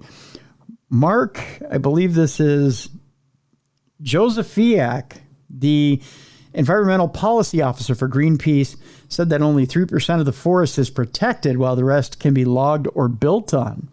the Telegraph reported. Well, here's the thing. Not that I'm sticking up for the foresters by any chance, but, most foresters these days, as they deforest, they also replant. Yeah, it's a law here in the States. I know that. I don't know if it is in Europe, but yeah. I don't know about Europe, but here in the States it is. In the States. For every tree they cut down, they have to plant a tree type thing. Yeah, exactly. So, yeah. That's why if you watch Axemen and stuff, they talk about, like, we can cut here, we can't cut here because this is still growing. So we're authorized to cut here, and, like, there's a huge fine if you go into that other section. Mm-hmm. Yeah, and so I don't know. And I guarantee you they look for bears before they start cutting, unlike this guy who's like, we're going to go save this bear because they're taking his house. Oh, wait, he's still home. Yeah. I somehow doubt that there was much checking going on there, especially by the I'm not going to call him an eco-terrorist, but the eco-idiot. Eco-idiot, yes. Yeah. Because, like, yes, you have the planet's best interest. That's great. But you did it the wrong way this time. And you paid the price for it. Right. And finally, on the big show today, a deer rings a deputy's doorbell in Georgia. What a polite deer. It is a polite deer. I mean, we are in deer season here in Minnesota, and not a lot of deer are ringing doorbells for fear of what's on the other side. But in Georgia, evidently, it's the season to be merry. Yeah, there's not a lot of deer around here. Probably because they're farmed out. Probably. A Georgia's sheriff's office shared security camera footage of a deer that wandered up to a deputy's front door and rang the doorbell. The Cherokee County Sheriff's Office posted a video to Facebook showing the deer sniffing around the deputy's front porch in Canton. The deer ends up ringing the doorbell with its muzzle. Aw. Cherokee County residents, be on the lookout for this four-legged ding-dong ditch suspect captured on video at one of our deputies' homes in Canton the other day. The sheriff's office went on to write. So there you go. There's a ding-dong ditch suspect in Canton, Georgia. I love stories like that. Like the last week we had or was it yesterday? The bear stealing the Taco Bell and coming back for the drinks, and just ring cameras are a great invention. That's all I gotta say. It's true, and you can't trust nature. So yeah, there's that, and that does it for today. Bruiser, you have a huge weekend coming up, my friend. Huge. It's called WrestleCade. It's in Winston-Salem, North Carolina. AML puts it on. It's Friday, Saturday, Sunday. Friday, there's the GCW show. Saturday is the Big Giant Super Show. And Sunday, there's Ladies Night Out and AML. But along with all that, the Fan Fest is going on Saturday and Sunday. There's meet and greets on all 3 days. There's a podcast going on. Shane Taylor's talking about 40 years of the franchise. Matt Hardy's got a podcast. Jeff Hardy's performing live with his music. Mm-hmm. You can meet, I don't even know how many vendors they got coming in. There's going to be between 8,000 and 10,000 people there. Wow. There's still, I think, very limited tickets left. I know there's people online trying to sell their tickets because family stuff came up. Mm-hmm. But it's going to be a great time. And plus side, on Saturday, I return to the ring. I'm in a 5-on-5 match. First time since surgery, so 7 months. See if the old guys got. I mean, I've been working out at the school and stuff, and getting back in shape. And my brain's fried because I've been talking to creative because I'm producing 4 different shows. So wow. But yeah. WrestleCade. If you go AMLwrestling.com, it's on there. You go to Darkness Show, darknessradioshow.com. Yep. You got the whole schedule up there.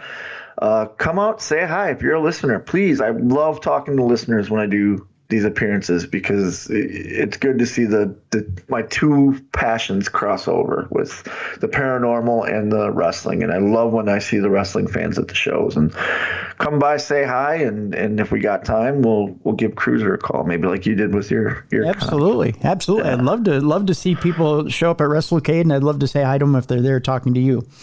Also, if you can't make it to Winston-Salem this weekend and you still want to see Bruiser wrestle this weekend, you can do so by subscribing to the Title Match Network. And we have a link in that events page at darknessradioshow.com where you can do so. There's a link there where you can click on, takes you right to the Title Match Network page with all the WrestleCade events. You can click on, there's one link, I believe, for all the events this weekend, one package for everything. So you can click on that. You can do that. Title Match Network, $9.99 a month, very affordable.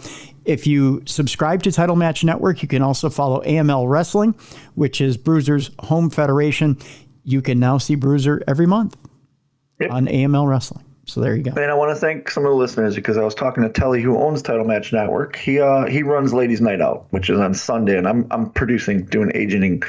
So we had a creative meeting, and I mentioned, we have this podcast. We mention it all the time. He goes, I've seen our subscriptions going up. So I don't know if it's the listeners, but I'm going to say it's our listeners. So thank you. Good. That's good to hear. So, folks, that's the scoop this weekend. WrestleCade. Check it out. Check out Bruiser's return to the ring. Check out all the great things that are going on with WrestleCade this weekend on the Title Match Network. Again, if you need to get there, if you want to get there, you can either get there in person in Winston-Salem, North Carolina, get your tickets through darknessradioshow.com, the event section, or just subscribe to Title Match Network. Watch it all from the comfort of your home if you can't make it to Winston-Salem, North Carolina. Ain't a damn thing going on with me this weekend. Ain't a damn thing going on but the rent and me watching Title Match Network and checking out my buddy here and his return to the ring. So that's what's going on here. All right.